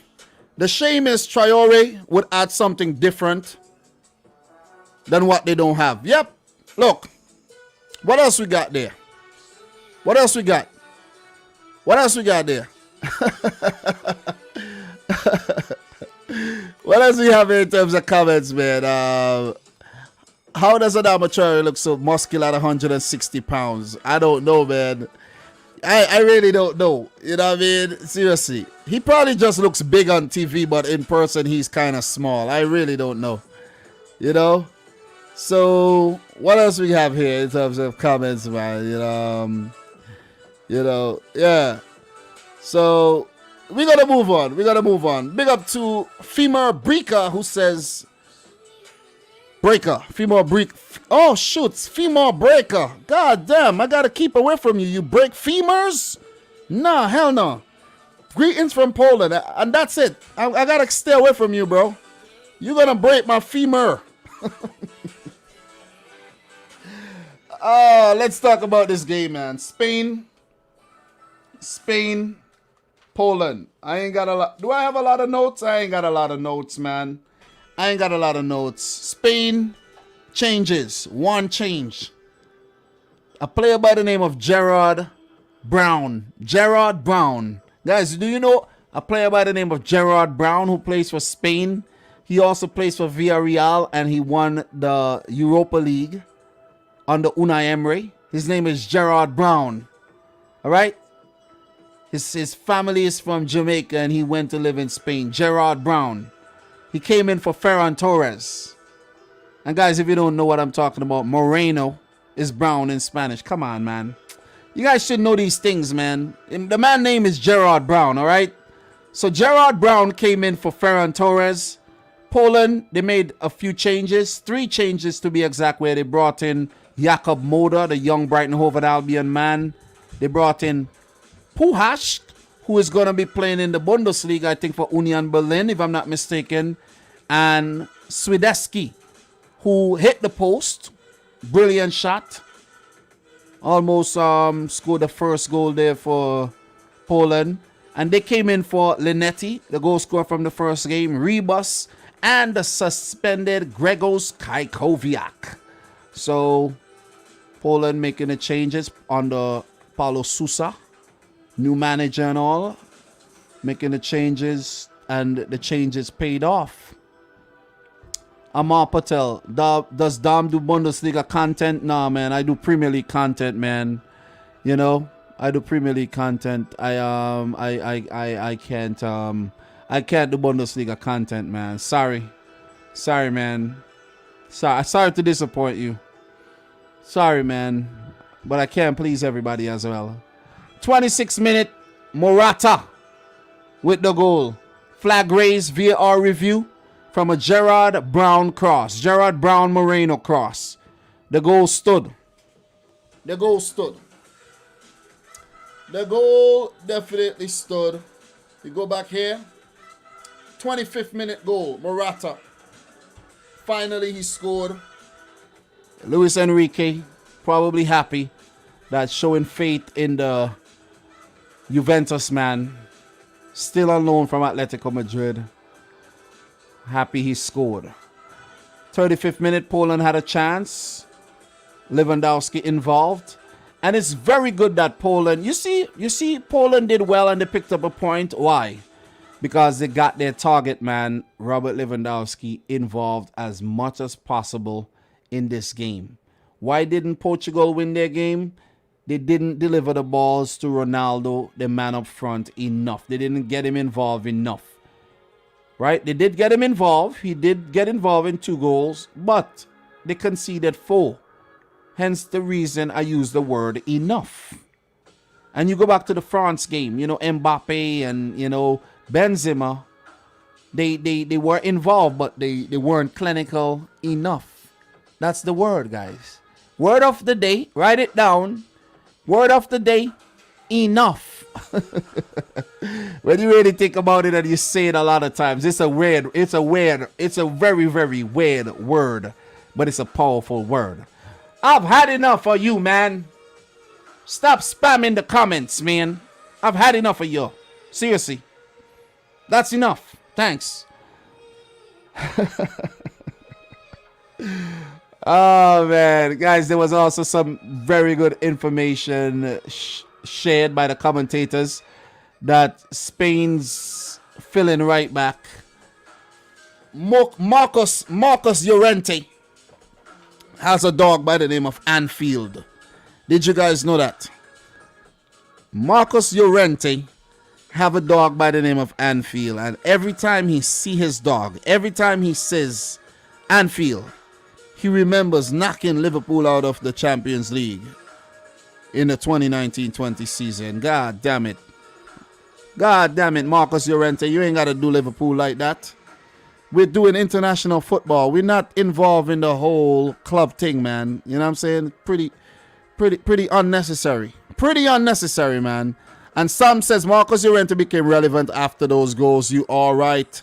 He's a former Real Madrid man as well. You are right. Sam is saying Spain's problem is that they just keep passing back and front, not pressing hard. Only when they concede, they start playing more serious. That is also a very good point because Spain, they're known for playing the ball sideways, passing the whole tiki-taka style of football, and they don't try the aerial route, the vertical passes. They need to try that a bit more often, and maybe they could unlock defenses because defenses, like teams are coming in set up to deal with that tiki-taka. Teams are coming in prepared to play with less of the ball. You see what I mean? So if you try something at least different, just a little variation from the usual, you could break teams down. And maybe that is why Man City can be so brilliant sometimes. But at other times, when their backs are against the wall, they could lack the plan B. And Spain definitely lacked the plan B today. And giving up the lead. You scored first, you give up the lead. You go back to the game between them and Sweden. So many chances, man. So many chances. Chance after chance after chance. But Poland did get a great chance to equalize in the 43rd minute when Swiderski's shot hit the post. Came out nicely to Robert Lewandowski, who got a kind of awkward touch on it first, and then he hit it. But it was well saved by Unai Simon in goal. And that was a big chance squandered by Poland to get into the game. And there was a late chance for Gerard Moreno, who hit the side netting. I mean Gerard Brown, not Moreno. Gerard Brown. Sorry to mix up the names. But the moment of truth for Poland came in the 54th minute when the Derby County man Jauziak crossed it nicely into the box. And tell me why, right? Laporte is already in the headlines. This was not a good day for Man City players at all, man. This was not good. This was not a good day for my boys because Robert Lewandowski totally bullied the hell out of Aymeric Laporte, who's making his second competitive appearance for the Spanish team. Bullied, totally pushed down and bullied legally. Remember, it's a contact sport, guys, so we're not going to be softies and cry for everything. And Laporte, man, you can't be pushed around like that. Robert Lewandowski headed past Simon, who I think his positioning was a bit questionable. He should have anticipated the header and everything and move towards the far post. Maybe he should have done that. But it was a lame attempt. Lame attempt. Big up to the boy Lame Albert in the house as well, if you're still here. And Poland picked up the equalizer. And who else but Lewandowski? Perfect man to put it into the back of the net. And he's the man you actually wanted on the end of a chance like that. Even though he did get a few chances, that was the best one. And he is responsible for making that chance and putting it into the back of the net. Spain. Let us dig into Spain a little bit more, guys. Let's dig into these Spanish players. You get a penalty, right? In the 56th minute, as soon as Poland score, they almost give up the lead, just like the first match, when they did get back in the game and then Krychowiak got sent off and then they went back down. Poland almost shot themselves in the foot here. Jakub Moder stepping on the foot of Gerard Brown Moreno. And initially the penalty wasn't given, but when VAR review came into play, it was a similar situation like the David Alaba tackle on Denzel Dumfries. So you gotta have, you gotta have some kind of continuity with the decisions, and you gotta give it. And up stepped Mr. Brown with his left foot, and he hit the post. And it came back to Morata, and Mr. Morata couldn't even put it into the back of the net. So that was a chance squandered by both Mr. Brown and Alvaro Morata. So Spain have themselves to blame. They had the 3 points to pick up here, and they failed to dispatch a penalty. And the penalty taken at this Euro 2020 has been horrendous. I swear it's Man City players taking all the penalties, man. All the penalties. All these guys have represented Man City when they step up to take penalties, because I don't know how they're so damn bad. Spain made a few changes. Both teams made changes, but notably Spain making a triple change. Not at the same time, but Koke, Dani Olmo, Moreno went off, Pablo Sarabia, Ferran Torres, Fabian Ruiz came on. Why not bring on Adama Traore though? Why not bring on Adama Traore? That's the whole thing I'm trying to say. Bring on Adama Traore. You see what I'm saying? For Poland, they did bring on Kasper Kozlowski, a 17-year-old midfielder, and he will break Jude Bellingham's record as, I think, the youngest player at the Euros ever. So I think he's the youngest. I will get to the up to stats and see if that features in the up to stats. But that is something very, to note. So write down his name. Kasper, not Casper the Ghost. It's spelled C-A. No, it is not spelled like Casper. It is spelled K-A-C-P-R. It is not spelled like Casper the Ghost. Pedri is not the youngest. Pedri is the youngest for Spain, not the youngest. Kasper Kozlowski is now the youngest at 17. Jude Bellingham is still also 17. So Pedri, yeah, young. He's 18, but he's not the youngest. So Spain had a few big chances at the end of the game, a few very close chances. I think there were 2 scrambles in the box, in the Polish box, and Poland were lucky to get the ball out. Morata with the chance, but he could have beat Szczesny. And you got to give it to Poland. You got to give it to Szczesny. They were really resolute in defense today, and they were able to keep out the Spanish team and pick up a draw. 1 goal. Why I keep saying 1 goal? 1-1. 1-1 draw. And back to the whole thing about Luis Enrique, man. You need to use Adama. You got to use Adama, man. You got to use Adama. If in the next game I don't see Adama, Spain deserve to get knocked out. Seriously. And I have to say, it was another poor performance by the Spanish team where they lacked cutting edge. They were more like a butter knife. And you need a machete like Adama Traore if you are to pick up results right about now. Seriously.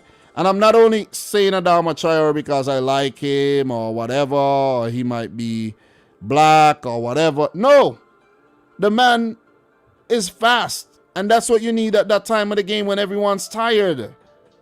We see this in the Premier League all the time. Why take him and not use him? It doesn't make any sense. So in terms of stats, guys, Spain, 12 shots at goal, 5 on target, 77% of the ball, 77. 77. This is ridiculous. 77. 707 passes with an 88% pass accuracy. In the first game, it was the same type of possession, same type of passing, same everything, same result. Something's got to change, or else Spain is going to get knocked out in the group stages. Because you cannot, and I say this, take that Slovakian team lightly. 5 shots at goal for Poland, 2 on target, 23% of the ball, 23%, They only attempted 219 passes, guys, and only executed 58%. So it's about 130 passes they completed, which is crazy. 17 fouls, 16 for Spain. Very cagey affair. 6 yellow cards shown. And Poland had to grind it out. They had to fight really hard for this point to stay in the tournament. If Poland had lost, they would have been knocked out. It would have been bye-bye, see you, maybe in the next, 3 years or so. Euro 2024. And it would have been over for Poland. But now they live to fight another day. They live to fight another day. And I think Poland coming up against Sweden, they might fancy their chances. Who knows? Sweden got 4 points. So, listen. It's on Poland now to play out of their skins. Lewandowski to show us that he is indeed, and I know he is indeed, the best striker in the world right now. But let the best striker tag, do something and win a game at the Euros for Poland. But the bigger talking point here, guys, is Spain. Are Spain gonna get knocked out in the group stage? Even if they get to the round of 16, guys, it ain't looking good for Spain at all. Because let's go back to the table here. I gotta hit you with some up-to stats pretty soon. But look, let's go back to the table here, right? Spain a third. Let's say Spain draw their final game, right? And they come in third. And they go through as one of the best third-place teams. Group E. A third-place team from Group E would meet. I'll let you know. They could meet the winner of Group A. No, the winner of Group B, pardon me. And they could meet, I'll let you know, I think there's one other. They could meet Netherlands. Yeah, Spain could, they could handle the Netherlands. But let's go to the winner of Group B here. Let's go up to Group B. You don't want to play Belgium. You do not want to play Belgium. And if Spain come in third in this group by picking up a draw against Slovakia, which is quite possible, you don't want to play Belgium. It would be over for your tournament in the round of 16. Believe me. It would be over. Even maybe against the Dutch, who are looking good right now. Spain ain't looking good to get further than the round of 16. Listen, that is how I see it. How do you see it? What are you guys saying in the chat? Talk to me, baby. Let me see. You guys are talking about all these minnows down in, Oceania, huh? So, Ludwig Smith. Henrique, with the world's worst team selection, Iago Aspas would have had 7 goals in the Euros by now. You're right, You're right. You're right, man. You're right.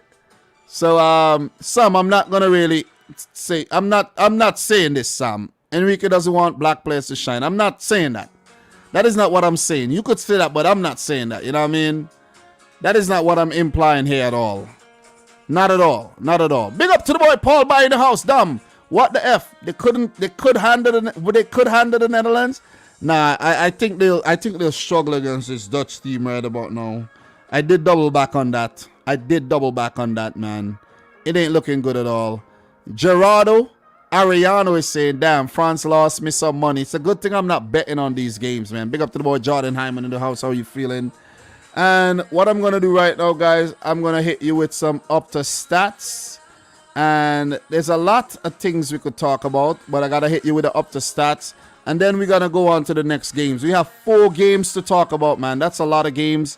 We've already been here for an hour, 50 minutes. It seems like we're going to be here for another half hour again. So, yeah. Gotta make it happen. Listen. Gotta get the work in. Let's talk. Let us talk about these up to stats right about now. We will get to some of the other up to stats I see at the top there. But 17, Kasper Kozlowski, 17 years, 246 days, has become the youngest ever player to make an appearance at the European Championships, overtaking Jude Bellingham's record, 17, 349 days, set for England 6 days ago. Fleeting. Awesome. Remember the name, Kasper Kozlowski. Is he going to be the next Robert Lewandowski? That is Kasper Kozlowski right there in picture with Robert Lewandowski. Right there. That's the boy Kasper Kozlowski. Remember the face. Remember the name. Kasper Kozlowski. Yeah. 3. Robert Lewandowski is the first Poland player to score in 3 different editions of European Championships. 2020, 2016, and 2012. Header. Did he score a header in all 3 tournaments? I'm not sure, but he did score a header today. So big up to Robert Lewandowski. Coming up trumps when his team needs him to do so. He's kind of absent in the first game, but if he had went absent in 2 games, it would have spelled disaster for Poland. Alvaro Morata, 4. Has scored 4 of Spain's last 5 goals at European Championship finals. Indeed, only Fernando Torres, 5, has ever scored more goals in the competition for the nation. Crucial. Listen, crucial, my behind. He should have 10. You telling me about 4? Alvaro Morata should have 10 goals. 10. Talking about he has 4 goals and it's crucial.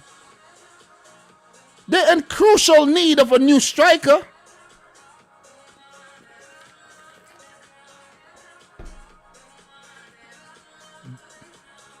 Seriously. Thriller says, Dom, there's this 17-year-old striker in Liverpool's youth system. His name is Mateusz Musialowski. That is being touted as the next Lewandowski. Is that right? Is that right? I don't know. I never heard about him, but let's see. If he's 17, he should be unleashed. Let's see. He should be unleashed, definitely. So, what else we have in terms of up to stats, guys? Also, for those of you guys who are in here and haven't yet smashed the thumbs up button, make sure you do so. Let's get the stream up to 150 thumbs up for the first time ever while we're live. Let's do the damn thing. So, Alvaro Morata getting the praises there for scoring that goal. And that'll be it. That'll be it. But before we do move on, though, I did see some very good things at the top of this up to Joe page. And let me see. With a win and a draw from their first 2 games, Wales will head into their match against Italy with a 99.3% chance of qualifying from Group A. Touching. Big up to Wales, man. Big up to Wales. They're looking good. They're looking really, really good, man. You know what I'm saying? So big up to the boy Robert Page and Wales. And Gareth Bale and Wales looking good. Feel me? Feel me? They're doing great things. They're doing big things. Large. In charge. They're Wales. You get it? Come on, guys. Come on. Come on.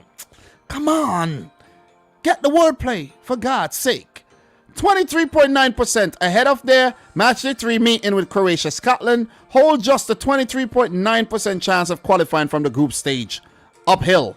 Not looking too good there, Mr. Stephen Clark. Face looks a little glum there, Mr. Stephen Clark. You know what I mean? Like you just found out that I'm dating your daughter or something. You know what I'm saying? Stephen Clark. Come on, get your face looking better there, bro. That's not how I want to see you. I want to see you with those pearly whites showing. Cha-ching. Let's go. Scotland could get out the group.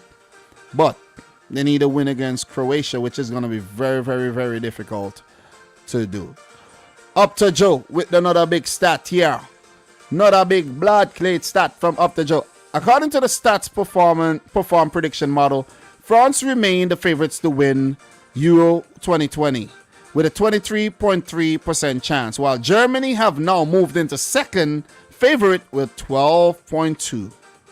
Fights. So that's the chart right now, guys, in terms of chances to win the Euros. France are at the top, Germany second, Portugal third, Spain fourth, Belgium fifth. You have the Netherlands sixth, Italy a seventh, England a eighth, Denmark a ninth, and Wales a 10th. We're not going to go further down. North Macedonia out, Turkey pretty much almost out, Hungary still fighting, Scotland still fighting, Slovakia, Finland, Austria, all them teams down at the bottom.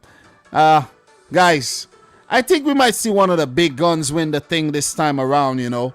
I saw someone in the comment was mentioning Greece. I don't think we're going to have a Greece story this time around. We won't. We're not going to see a team like Ukraine or Poland or Czech Republic or even a Slovakia. Nah. It's going to be one of the top guns. One of the top 10 teams. Maybe not Denmark, but you never know. You never know. It could be Denmark too. You know what I mean? Big up to the boy Michael and Brian Laudrup from the 1992 Euros. Those guys are legends. So what we're going to do, guys, we're going to move right on and we're going to go into predictions, your favorite part of the show. But before we do get into predictions, guys, we have some time, you know, and let us just go back to the latest section here, the latest news, and we could actually take a look at this thing right here. This is what I want to look at.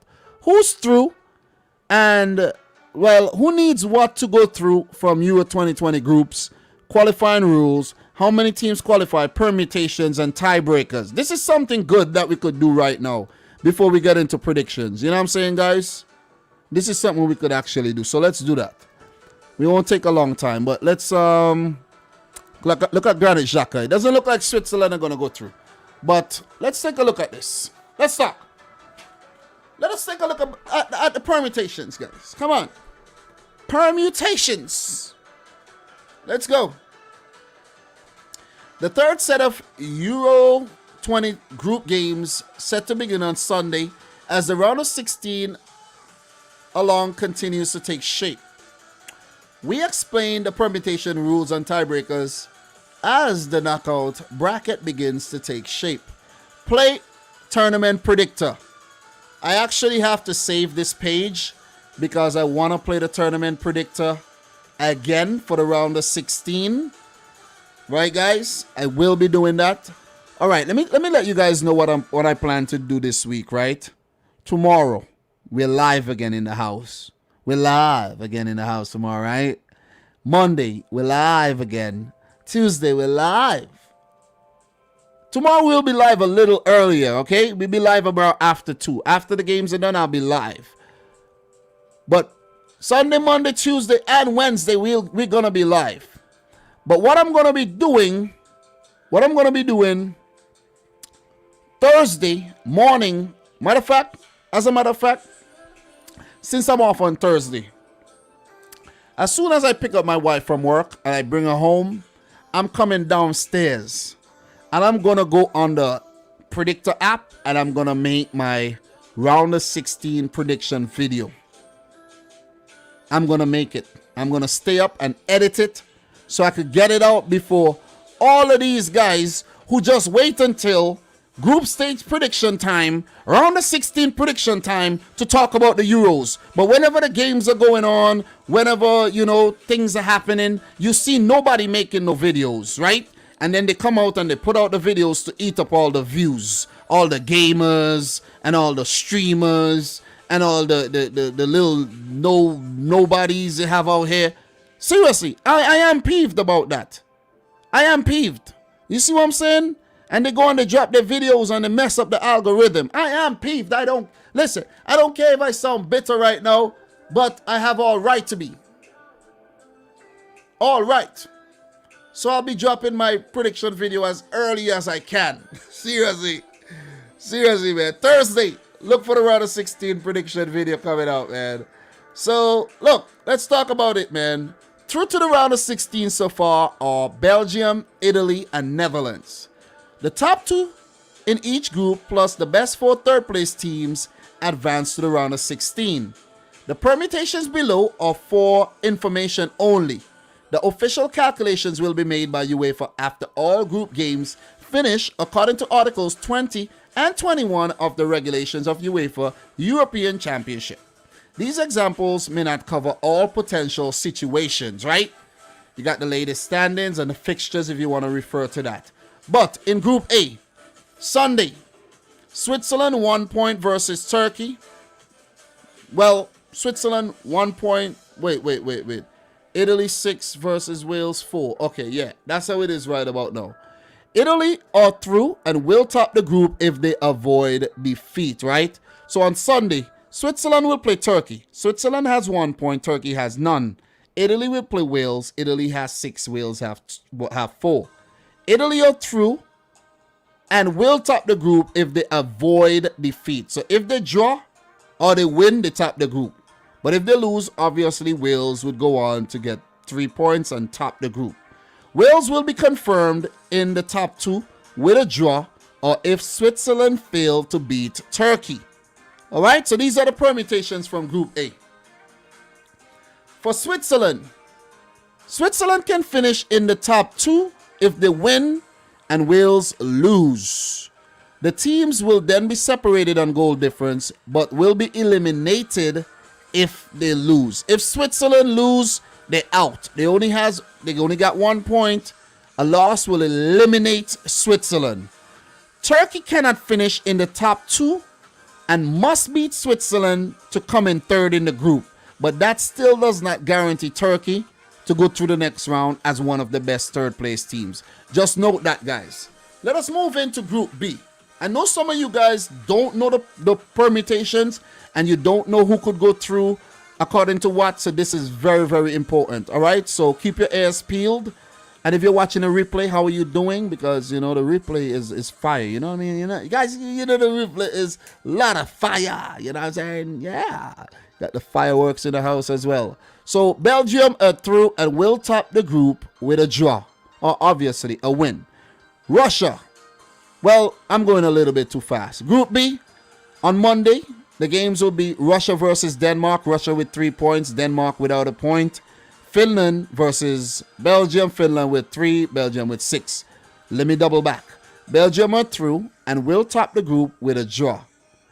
Russia will be through with a win or a draw if Finland fail to beat Belgium. For Finland, they will be through with a win or a draw if Russia lose to Denmark. You get it? And Denmark can finish second if they beat Russia and Finland lose against Belgium, but will all depend on goals scored in these 2 matches. It's close for Denmark, man. It's really sad what happened to Denmark. They still are yet to pick up a point and they need to do so on the final match day against Russia. It's going to be an uphill task for the Danes. So let us move into the next group where we have Group C. On Monday, North Macedonia, who are already eliminated. They don't have any points. And we have the Netherlands already through. They will top the group with 6 points. Ukraine, 3 points versus Austria. So the Netherlands are through as group winners already. Ukraine will finish second with a win or a draw. Austria must beat Ukraine to finish second, and North Macedonia cannot finish in the top 3. So this is easy permutations in this group. Ukraine will finish second with a win or a draw. So all they need to do is not lose to Austria and they're good. Austria must beat Ukraine to come in second. But let's say Austria gets a draw. third will be fine. Pretty sure 4 points will be enough to go through to the round of 16. Let's move into Group D. And for Group D, the game's on Tuesday. We have Croatia versus Scotland, 1 point each. And the Czech Republic versus England, 4 points each. So listen, this group is set up really, really nicely for match day 3. Czech Republic will go through as group winners if they avoid defeat against England. And I have a sneaky feeling something like that's going to happen, you know. They will finish second if they lose and Scotland beat Croatia. They will only finish third if they lose and Croatia win by enough to overtake them on overall goal difference. So right about now, we could say the Czech Republic are pretty much safe and they have a passage into the next round because 4 points, I think, would pretty much be okay. England, man, they like to complicate things, you know. England will go through if they draw or if Scotland do not win, and will finish top if they beat the Czech Republic. They will only finish third if they lose and Scotland win by enough to overtake them on overall goal difference. Right about now, I think England want to finish second. I'm going to just put that out there. For Croatia, they must win to stay in contention to be at least a best third place team. Though they can still overtake Czech Republic for second place on overall goal difference.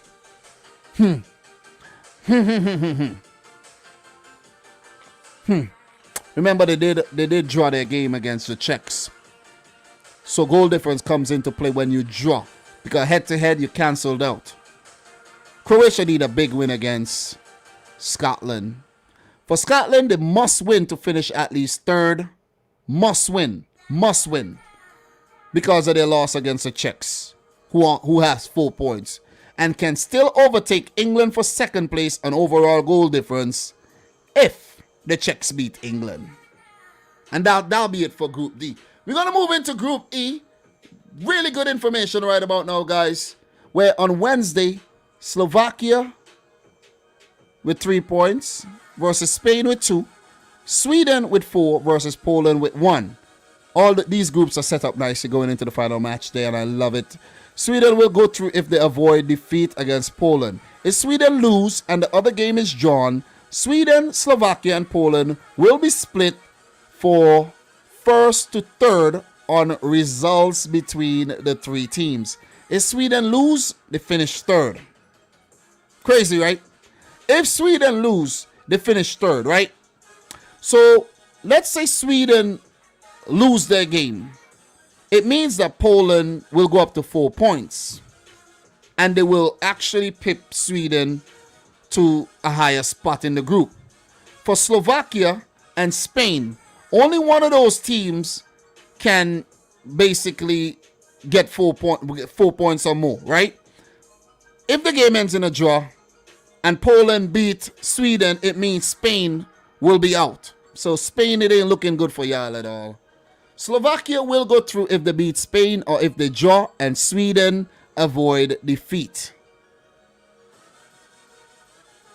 You heard that. Spain will go through if they beat Slovakia. If they draw, they will finish third unless Poland win. Oh boy, this group is very complicated. Poland will go through in second place if they win and the other game is not drawn. So it's very complicated in Group E. We won't get deeper, but you got the details. Group F, the group of death, which is very complicated as well.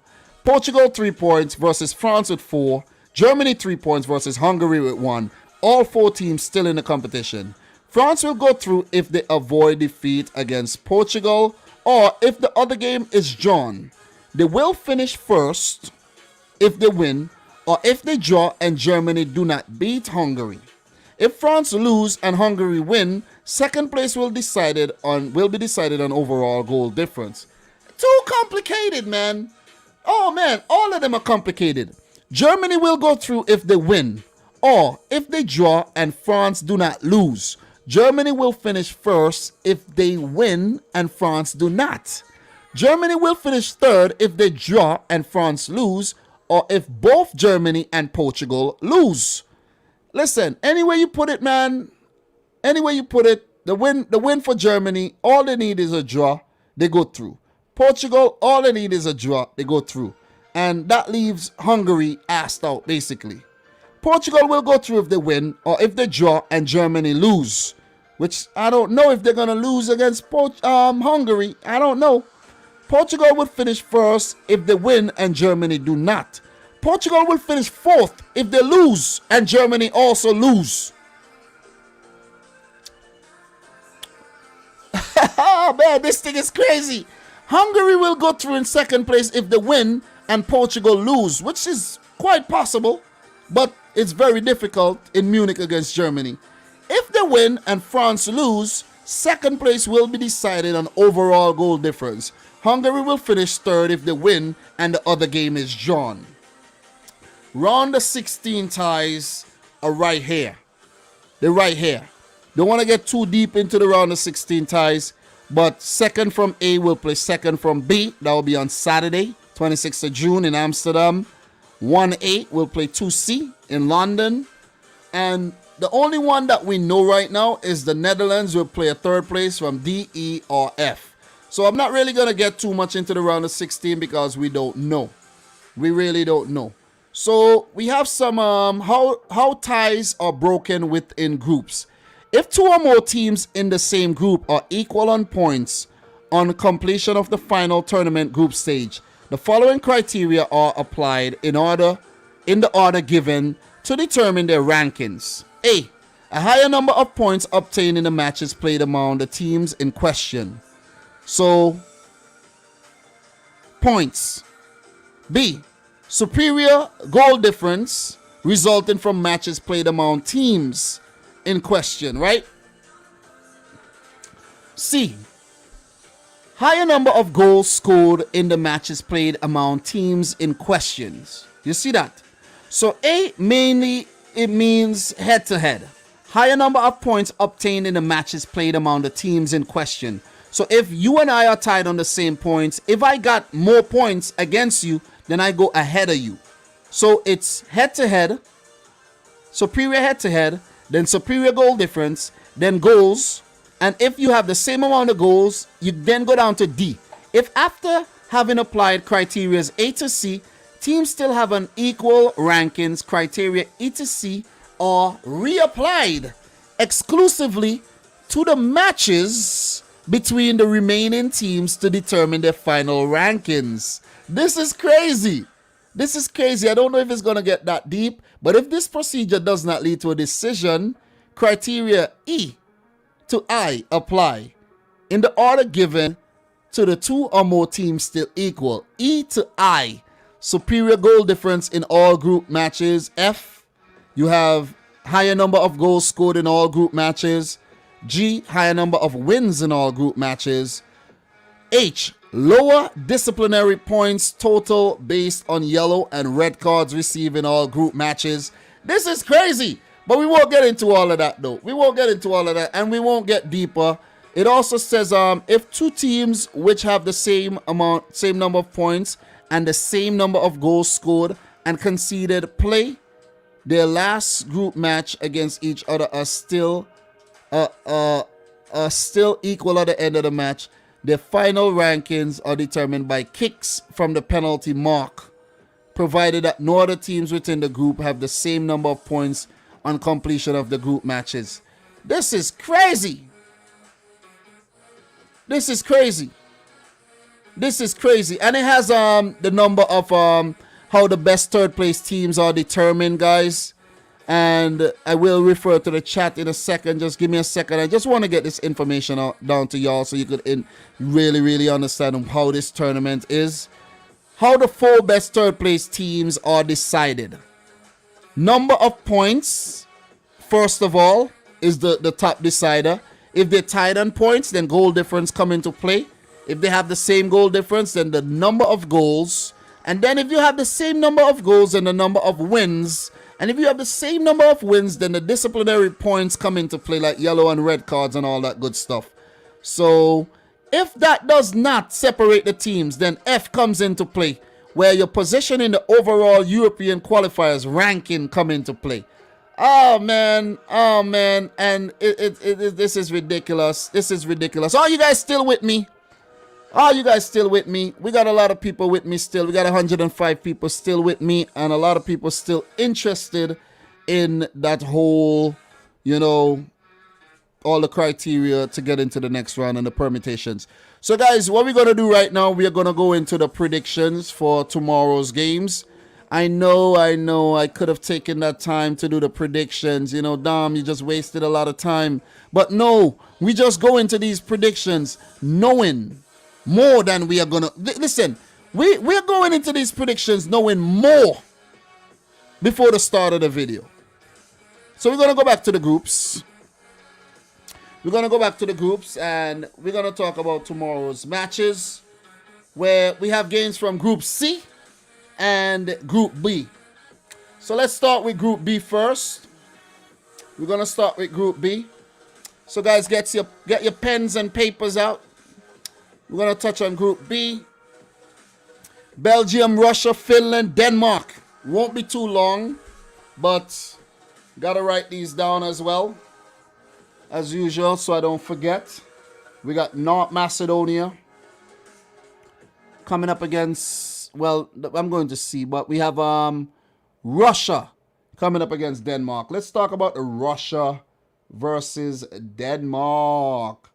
Russia v Denmark. Let's talk, guys. Let's talk. Russia v Denmark.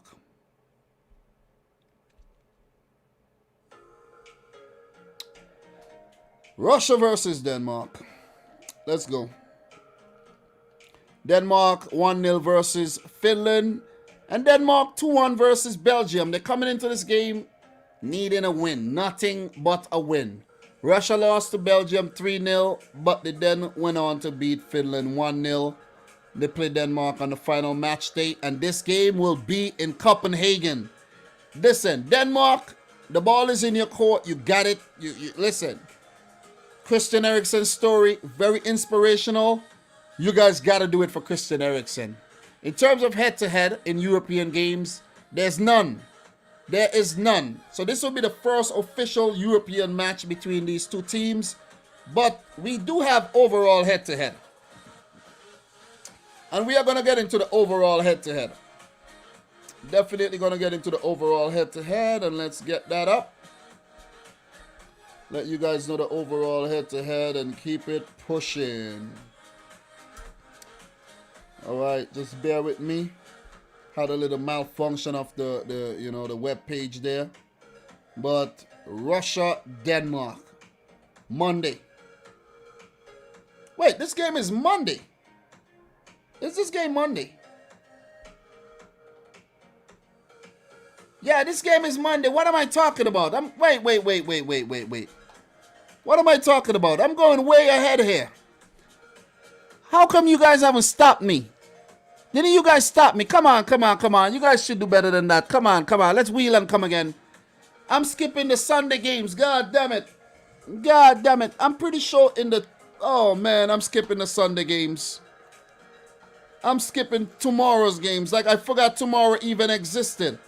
And I'm pretty sure in the... Yeah, if you check the description, guys. If you check the description... I have Italy versus Wales, Switzerland versus Turkey. I don't know where I'm jumping the gun talking about the Monday games. So, okay, we're off the hook. We're going to talk about these tomorrow. Oh, man. Oh, let's go. Let's wheel and come again, man. Come on. I'm only human. We're allowed to make mistakes. We got to go to Group A. Let's switch that to Group A. And let's go up to Group A really quick. Oops. Well, you got to be a man to admit that you made a mistake. And, you know, I do apologize to the viewers right now. It's a little boo-boo. It's a small mistake. And we didn't get too deep. It's a good thing we didn't get too deep. So, guys, we're off the hook. We only have to talk about 2 games tomorrow, Sunday. Italy versus Wales. Switzerland versus Turkey.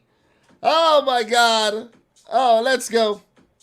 Let us go. I do apologize for that though. But let's wheel and come again. Let's wheel and come again. Italy defeated Turkey 3-0. And they did went on to defeat Switzerland 3-0. And they're coming up against Wales. A very impressive Wales who picked up a 1-1 draw against Switzerland and a 2-0 win against Turkey. Is anybody in the chat laughing at me right about now, man? Anybody laughing at me? Dom takes his Nostradamus role seriously. What else we got here? Yeah, man. Dom, stop. Those games are Monday. Oh, now you're telling me. Now you're telling me. I think you're late, bro. I think you're late. So what else we got here, though? Yeah, guys, it's okay. Just learn that it's okay to make mistakes, but you gotta admit that you made a mistake. You gotta admit that you effed up, and I did F that one up. So we're gonna wheel and come again, and we're gonna talk about these games that's coming up tomorrow.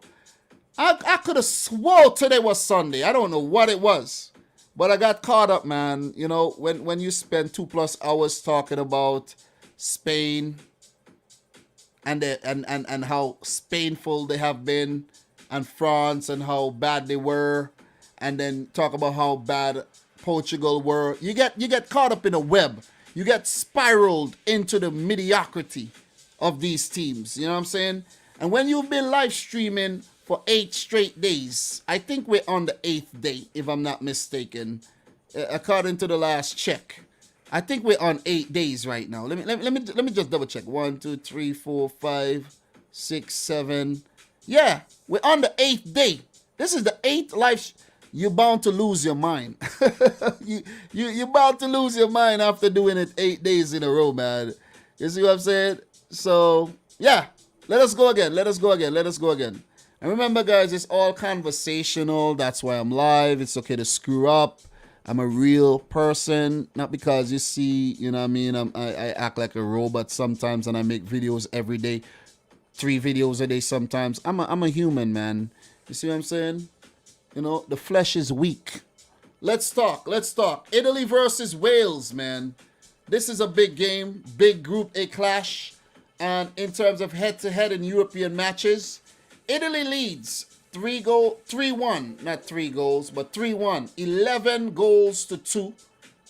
And that's very impressive. Very impressive. Robert Page comes up against Roberto Mancini. And if you look at the Italian record here, man, very, very impressive. I think it's about a 28, 29 game streak without a loss. And Wales, their form's not looking so good at all coming into this game. They could do a lot better, if you ask me. So we check Italy-Wales for the overall head-to-head, guys. And they have played a total of 9 matches in all competitions, including friendlies, where Wales have 2 wins. Italy got 7 wins, and none of the games have ended in a draw. They last met in 2003. So they have met in European qualifiers twice. 2002, 2003, and 99, 98. And they also played 2 friendlies back in 96 and 1988. And Wales' last victory against the Italians, it came in 2002, and another one came in 1988 in a friendly. So not bad at all. Not bad at all, seeing that the Italians have been World Cup winners and all that good stuff. And they have just been one of the best football teams in the history of the sport. And we can't say the same about Wales, who haven't gone to a World Cup since about I think it's 1958. If I'm not mistaken, they were last at the World Cup, where they barely made it on like it was like a coin flip or something, or they picked from a hat or something. So I think they'll be up for it in this game. It'll be very, very difficult. I think Wales were very impressive in their first 2 matches against both Turkey and Switzerland. But now is where the real tests come in, where the Dragons of Wales come up against the Italians here. And Italy, they have been really impressive, man. You know what I mean? And I like what I see. It has been one of the most complete performances at the tournament. When you look at France, they have their problems. When you look at Spain, they got a lot of problems. When you look at England, yeah, they got their problems. Portugal got their problems. Germany got their problems. But when you look at Italy, No problem, man. No problem. You see what I'm saying? So right about now, Italy are looking damn good, you know. Italy are looking good. And a lot of people did talk up Italy's chances of going on to win this whole tournament. And to be honest, guys, I won't be surprised if they do. Italy are looking like money right now. They're looking really good. So on the strength of their very good record against Wales, guys, and seeing that, you know what I mean, Italy have been playing very well at the tournament, where they have been playing their games at home, and this game will also be played in Rome at the Stadio Olimpico, and they have been very good in terms of keeping clean sheets. It will be hard for Bale and Ramsey and Daniel James and Harry Wilson and them boys to actually Kiefer Moore to break down this very resilient Italian defense and pick up something from this game. But you cannot write off Wales, guys. You definitely cannot write off Wales. And as we saw today, all our predictions were just all over the place. I didn't get a single prediction right. But for this game, Italy versus Wales, I think the Italians are going to do the job again. Italy versus Wales, I'm going to go for Italy 2, Wales 0. Wales would still pick up enough points to go through to the next round, but Italy will top the group with a perfect 9 points. And we may only see maybe Belgium doing the same, or who knows, the Dutch, but Italy are looking damn good so far. I think Mancini, he knows what he's doing. At least he appears to know what he's doing right about now. Robert Page, he has done a good job up until this point, but I think this is where they lose their first game of the tournament. What are your predictions, guys? Let me know in the chat. See that? It could have all been this easy, but I already gone and messed up the thing predicting the Monday games. That one would have been very hard to go through 4 games right about now, you know. It would have been very difficult. You see what I'm saying? So, what we got here in terms of predictions. Palomo, 2-2, Toronto FC. Orlando, halftime. Thank you very much for the update. What we got here? So, in terms of predictions. Thriller says, I remember when you did 3 live streams in one day last month. Yeah, you're talking about the Europa League, the Champions League, and I did something else. That was crazy, right? I think I did end up losing my voice after that one, you know. But you know I'm a marathon man, guy. You know the boy is a marathon man, and the boy have stamina for days. 68 state. Oh, K Black first. Italy 2, Wales 1, Turkey 1, Swiss 1. Could I get the turkey with Swiss cheese with a little whale oil and the Italian bread, please, man? Come on. Hit me with that. You know, you go to the deli, guys. Oh, man. That sounds like a nice snack, right? The Swiss cheese with the turkey sandwich. We got the turkey sandwich coming up, guys. Turkey sandwich coming up on a hero. Italian bread. Please, thank you. All right, guys. We're talking about Italy, Wales. Italy 2, Wales 1. Zachary, 1-1 draw. What else we got here? 80 Booth. 2-2. Italy down to 10 men. 2 late goals for Wales. God damn. 68 state. 2-2 draw. Thank you very much. Guys, Italy are going to keep a clean sheet. They're going to keep a clean sheet. Get it to your heads. All of you guys who are predicting Wales to score, get it to your head. Italy are not conceding against Wales. I'll be surprised. I will be surprised. Donnarumma could take out his freaking newspaper and he could read the Italian news. Hardly tested. Remember, I told you so. I'm only saying that for Wales to go and prove me wrong, you know, because whenever I do get my predictions wrong, it means that we had a good game. Remember that. I always told you guys that.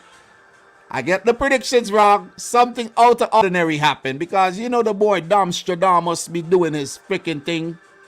I got the crystal ball right here. Right here, look. I got the crystal ball. Black crystal. As black as obsidian. Right here in my hands.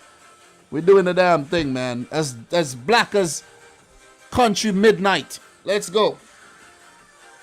What else you guys have in terms of predictions, man?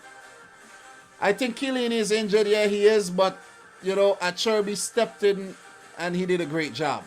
Great job. 68 states. So many was saying Turkey were the dark horses. And they've been absolutely smashed. Let me tell you something. The only dark horses Turkey are riding are dark horses, black horses back to Turkey. That's it. That's the only horses they are at the black horse. All the Turkish players jump on some horses and just ride from Baku all the way back to Turkey. That's it. That's the only dark horse I see Turkey pulling off at the tournament right now. I did predict them to come through though, but they have flopped so hard.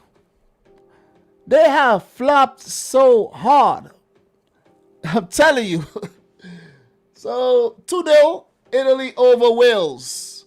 The next game will be Switzerland versus Turkey in Baku. Swiss cheese, Turkey.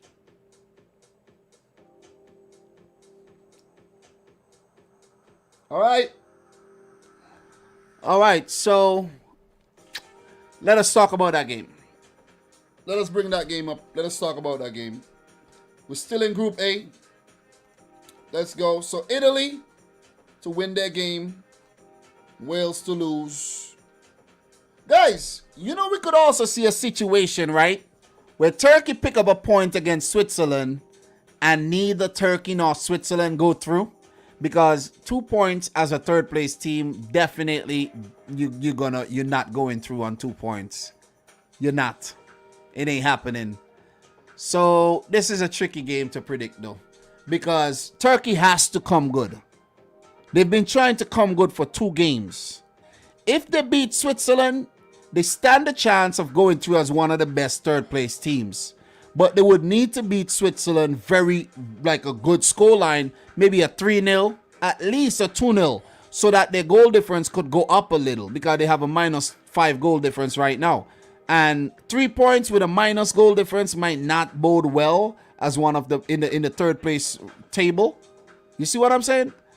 So this is a tricky one. Senel Gunish, who I praise, man, because he was the manager in charge at the World Cup in 2002 when Turkey got all the way and came third.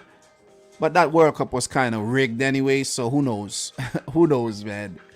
Who knows? You know what I'm saying? But let's say they play their skins out or they play out of their skins and they pick up a win. That's the only way they can go through. If they draw, they're out. If Switzerland draw, they're most likely out, especially with that goal difference and especially with the point tally of 2. So let's just click this, check the head-to-head for both these teams, and we'll make our predictions. So Group A will be the first group completed, and that's where the tournament opened in Group A as well. So let's just finish this one off. Swiss versus the Turks. So in terms of European head-to-head, guys, whoa, Turkey are in the lead with 3 wins, 1 draw, and a loss. 1 win for Switzerland here. So the boys like Xhaka and Shaqiri and them, they have to step up. Zachariah, who I didn't see in the last game. So Vladimir Petkovic, oh boy, you're up against it right now. Looks like Switzerland about to flop hard. Seems like Turkey about to flop hard too. Both of them could cancel each other out and book a flight right back to their native countries. So in terms of overall head-to-head, we have 15 games with Turkey winning 8, Switzerland winning 4, and 3 games ending in a draw. Guys, what is this telling you? The last 2 times these 2 teams met, Turkey won both games. Back in 2008, at the 2008 Euros, okay, get it right, Turkey beat Switzerland. And in the qualifying round for the 2006 World Cup, Turkey did beat Switzerland 4-2, and Turkey actually lost to Switzerland 2-0. And in European qualifying, I think it was for group stage for World Cup 90, or I think it was for Euro 96. Turkey won, they won one, and Switzerland won one. So it's been a back and forth thing, but Turkey do hold the aces coming into the game. Teams are in similar form. Switzerland more in form than Turkey, however. But guys, I think this cannot be it for Turkey though. This cannot be it for Turkey. Turkey has to win this game. They gotta win. They gotta win. This cannot be it. Listen, this cannot be it for Turkey at all. It cannot be it for Turkey. AD Boot is saying, I got it so wrong with Switzerland. Thought they would finish on 6 points. So, Bakir Pessi, Switzerland will win this time. Sam, Turkey is not winning, sorry. Michael Talbot, Turkey is cooked. Listen, man. I predicted Turkey to come out of this group. And I think Turkey are going to come out of this group. I think Turkey are coming out of this group, guys. This cannot be it for Turkey. Turkey has to win this game. I'm putting my money on Turkey. Seriously. And it's not because I'm thinking about a nice cold turkey sandwich right now. I'm just putting my money on Turkey. I'm not writing off Turkey, man. I can't. Listen. We need the Turks. We need them at the tournament. The Turkish fans are very enthusiastic. I must say Turkey win their game, but it might not be enough to get out the group. But I must say Turkey win this game.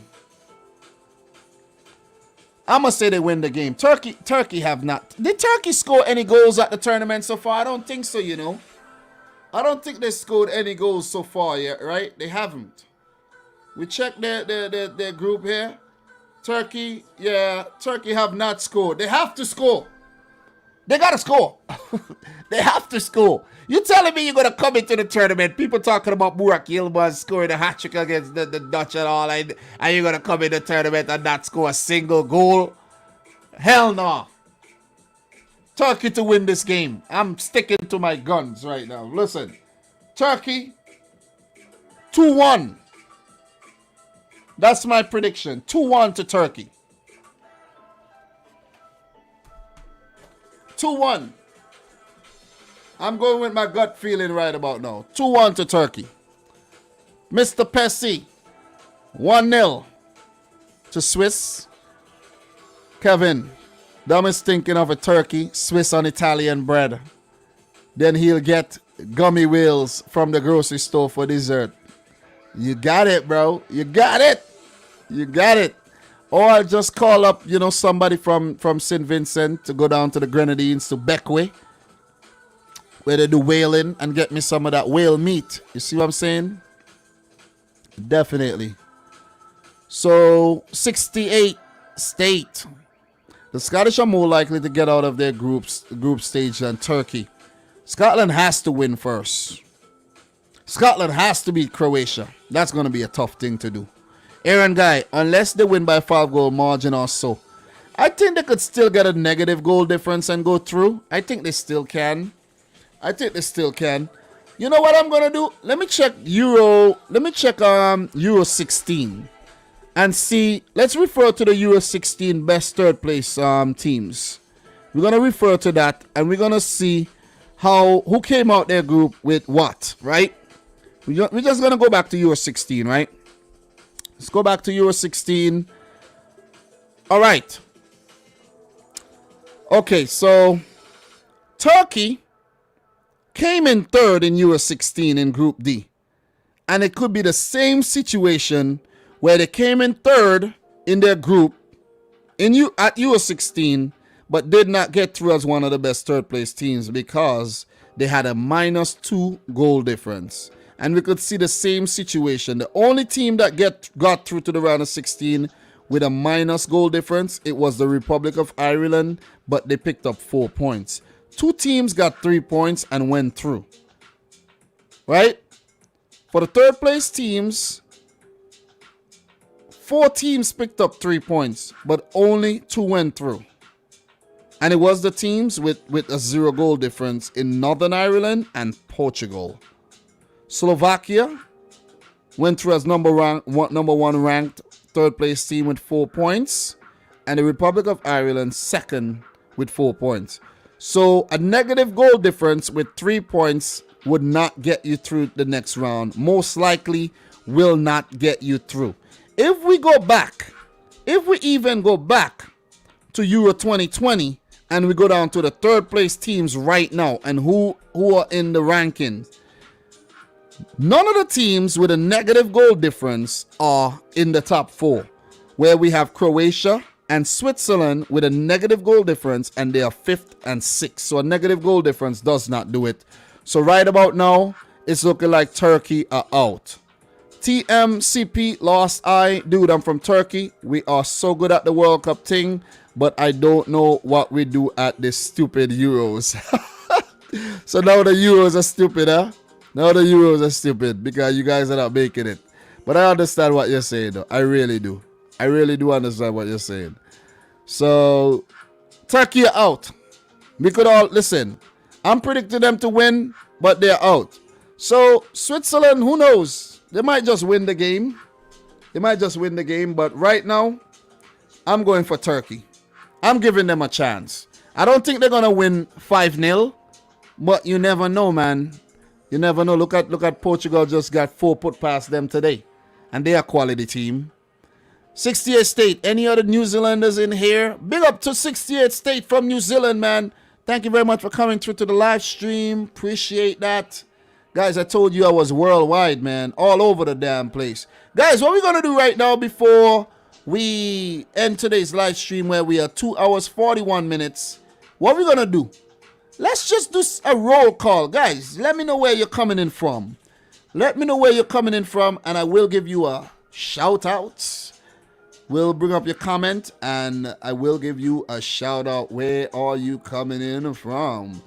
Where in the world are you coming in from? Talk to me. And now would be a very, very nice time to hit you with the little Cards Plug promo, where if you head on over to Cards Plug, you won't get 15% off your order, but you get 35% off your order for one of these lovely cards if you use the coupon code Dominic Rich FC. Okay? So let me know where you're coming in from, guys, and you will get a shout out.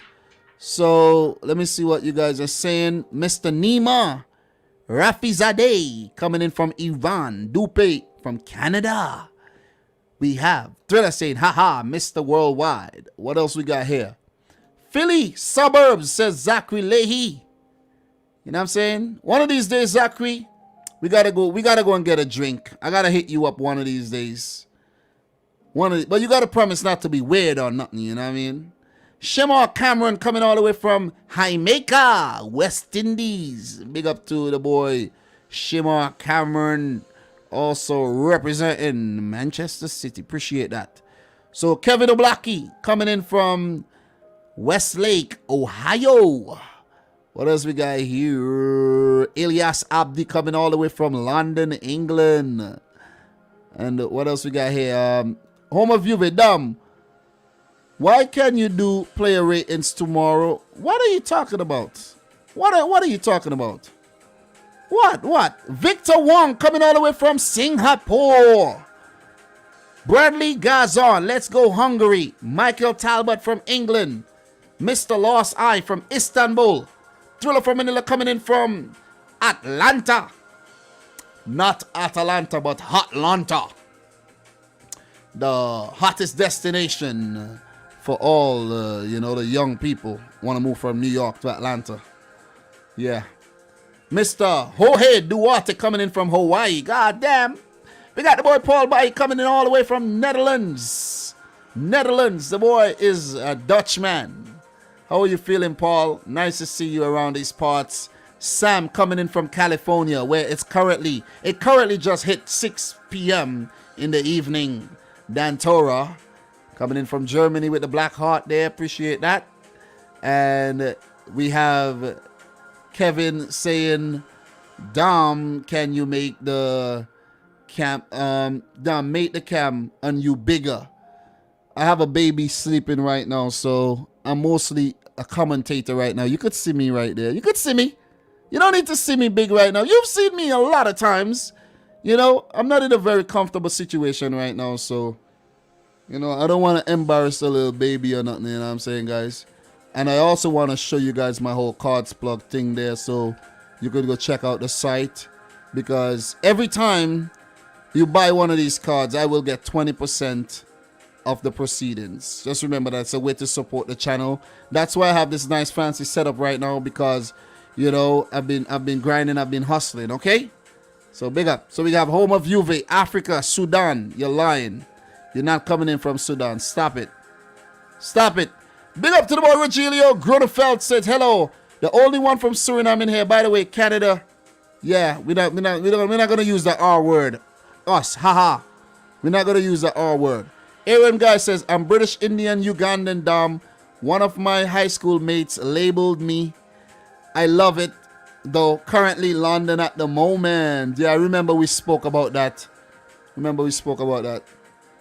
So, what else we got here? We have Paphos, originally from Birmingham. Sam, Los Santos, Sam, San Fierro, Liberty City, representing. What else we got here in terms of freaking people? Come on, guys. Let me know where you're from. I know you in here. Talk to me. Talk to me. How old is the baby? He's 2 years old. He's 2 years and 8 months. He's going to be 3 in November. He was actually born on that day. Remember when Red Star Belgrade spanked Liverpool back in 2018 on the 6th of November? When the boy Milan Pavkov destroyed Liverpool, he was born on that same day. I could never ever forget. Never. Never, man. So, guys, what we gonna do right now? We are going to we're gonna make one of these cards. I have a little time. Let's make one of these cards right now. Let's take a look at the designs that they have on show right now, and they got a lot of designs. So, shop cards. We're gonna click shop cards, and you're gonna see all the different designs that they have available. Well, they have the Euro 2020 design. The prices go from $36, and I'm gonna show you how much you can get off if you use my coupon code, right? They have birthday special, future star, a lot of different designs you could choose from. Champions League, you know what I'm saying? It's pretty cool. It's dope, man. You could see it at the back of my wall right now, guys. Look. You see that? See at the back of the wall right there? That's the card that I'm talking about right now. I have 3. I have a large. I have, you know, a medium and a small. So, pretty dope stuff. Let's go back here. And what we're going to do, since we're talking about the Euros, we're going to choose this design. And it's telling you that it's going to be cut out. So, you could put any picture. They're going to cut it out. So, it's going to come out like that. You click you understand. So what you're going to do, okay, we're going to pick an extra large card, right? Since I don't have an extra large card, you could pick a glass plaque as well. Bam, glass plaque. Or you could pick a framed poster. Framed poster just like that. And, you know, I don't know if the discount applies on those, but they should. And we're going to click, let's click a large. Let's click that freaking extra large, man. We're keeping it extra large. An extra large is coming in at $127. But let's say large. Let's keep it down to $78. That's a little too. Let's go down to medium, $50. I don't want to scare nobody off. Next step. So how you make the card, right? You put your name. So what you're gonna do? You're gonna put the name, and let's put. Let's put Rich. We're gonna put Rich. You know what I mean? We're gonna put Rich. And for ratings, you could put whatever ratings you want. Let's say a 90 rating. Your position. You could put anything as your position, you know. You could put, if you want, You could put you know what I'm saying? Let's say for example, you wanna be the goat and you say you wanna be the ram. Let's say you wanna be the ram. You could put RAM. You see what I'm saying? You could put anything you want. You could personalize the card however you want. You see what I'm saying? Any way you want to put it. Anything you want to put there, you could put there. You see what I mean? So that's the beauty about these cards. You see what I'm saying? I love it. But let's just keep it football. Let's put cam. We're going to put cam. And it says upload your image. Choose file. Let me choose file. Let me find a file. And let's choose a file. Let's use this Virgil van Dijk file right here. We're going to use Virgil van Dijk, and then you could pick, you could see, you could scale it. You could scale it like that. See that? You could scale it, and that's how it's going to look on the card. Could scale it. Let's make that a little smaller so that we could get the whole Van Dijk thing. Let's get the whole Van Dijk image there. You see what I'm saying? You could do that. You could mess around with it. You could make that bigger like that. You could make that bigger. We want to get his whole shoulders in. So yeah, that don't look too bad. Let's save it like that. And you get the Van Dijk. You could pick whatever flag you want. And then you could pick your club badge. You could go and you could pick United Stand. Yeah, the United Stand, it seems like sponsored. Sponsor them. You could pick your country. Since it's the Euros, we're gonna pick a country.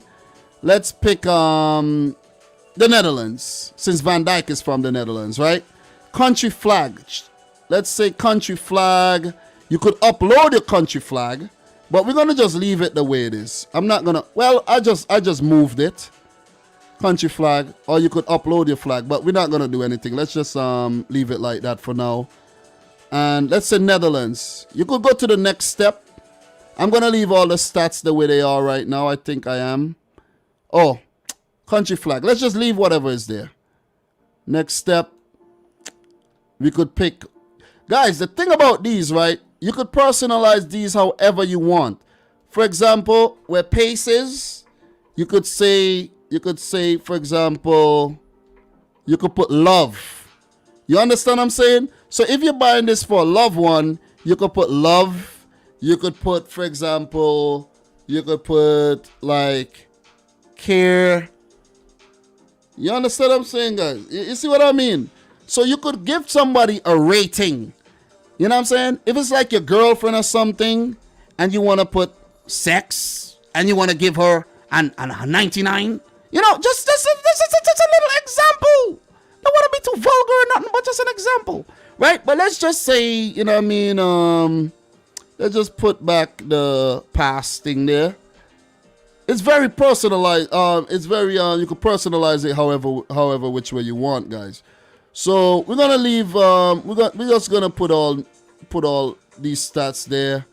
We're not gonna get too particular. I just want to show you guys and walk through how you do this thing, and you press next step. Bam. You could put whatever you want to add, any accessories to it, but we're not going to put any accessories. You want to put warranty for damages, postage, easy replacement. We're going to skip all that. We're going to keep it at $50 flat, right? So when you have it at $50 flat right there, right? Bam. Acknowledge. Bam. So you add it to your cart. When you add it to your cart, right? You proceed to checkout. When you proceed to checkout, it would ask for your information, but where your boy Dominic Rich comes in is if you put Dominic Rich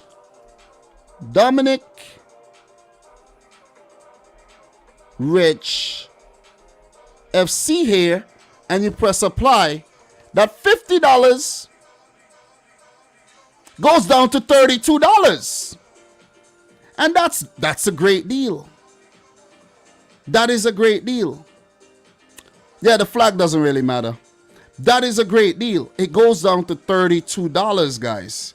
And that deal goes on until the end of the Euros. And then I'll talk to them and find out if I could get a deal for the Gold Cup as well, to hook up the folks that are watching the Gold Cup coverage.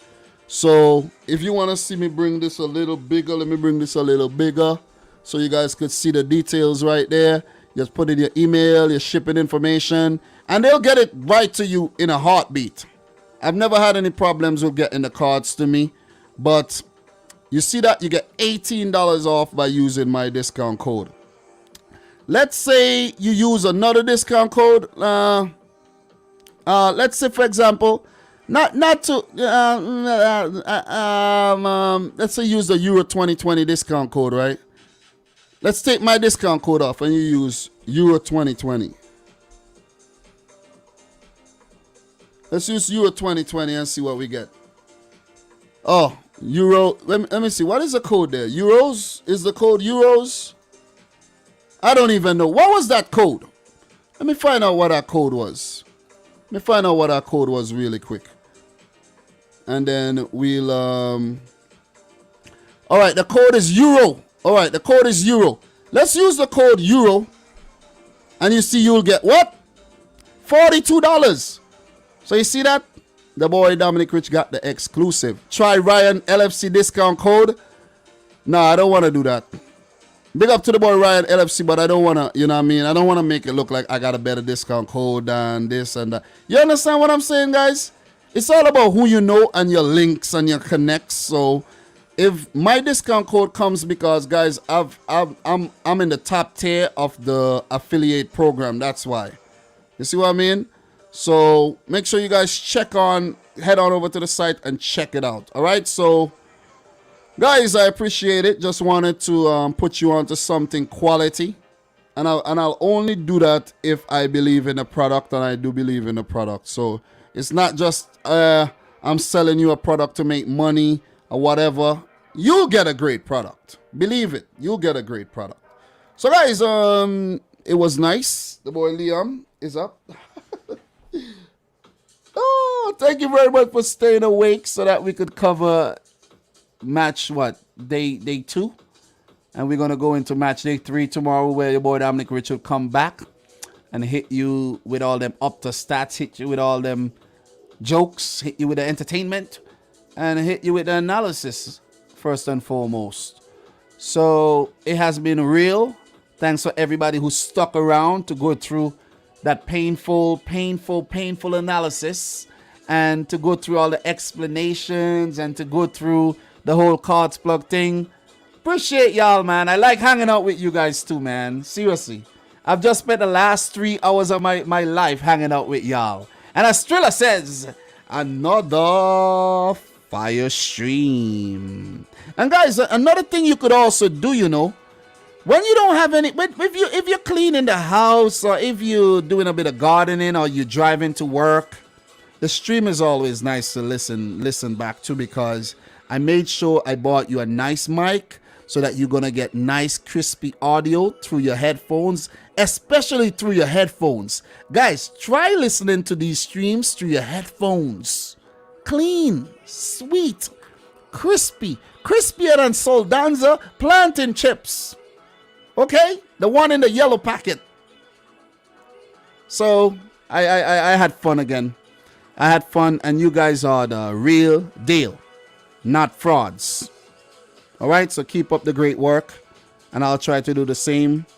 I'll be back tomorrow with some more fire. I'll be here around 2, and I won't make it too long, because we only got to talk about 2 games, but we got to preview 4 games. But I won't make it too long, because I have to go shopping. My fridge is absolutely empty right now.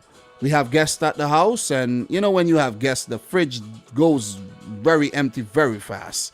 So guys, friend boy Dominic Rich, if you haven't yet liked the video, make sure you smash the thumbs up button.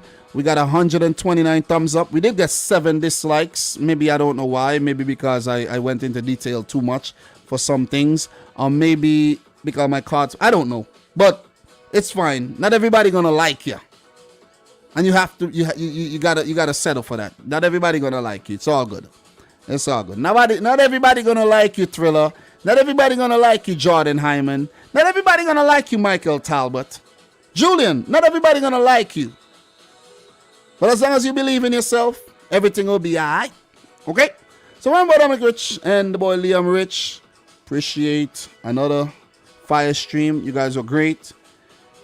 And until next time. Peace out. Rich squad. Before I go, Radionich, Joe Bats, Dominic, I appreciate your work. Keep doing what you do. Thank you very much, man. Appreciate it, man. Peace, guys. Much love, much respect. Peace.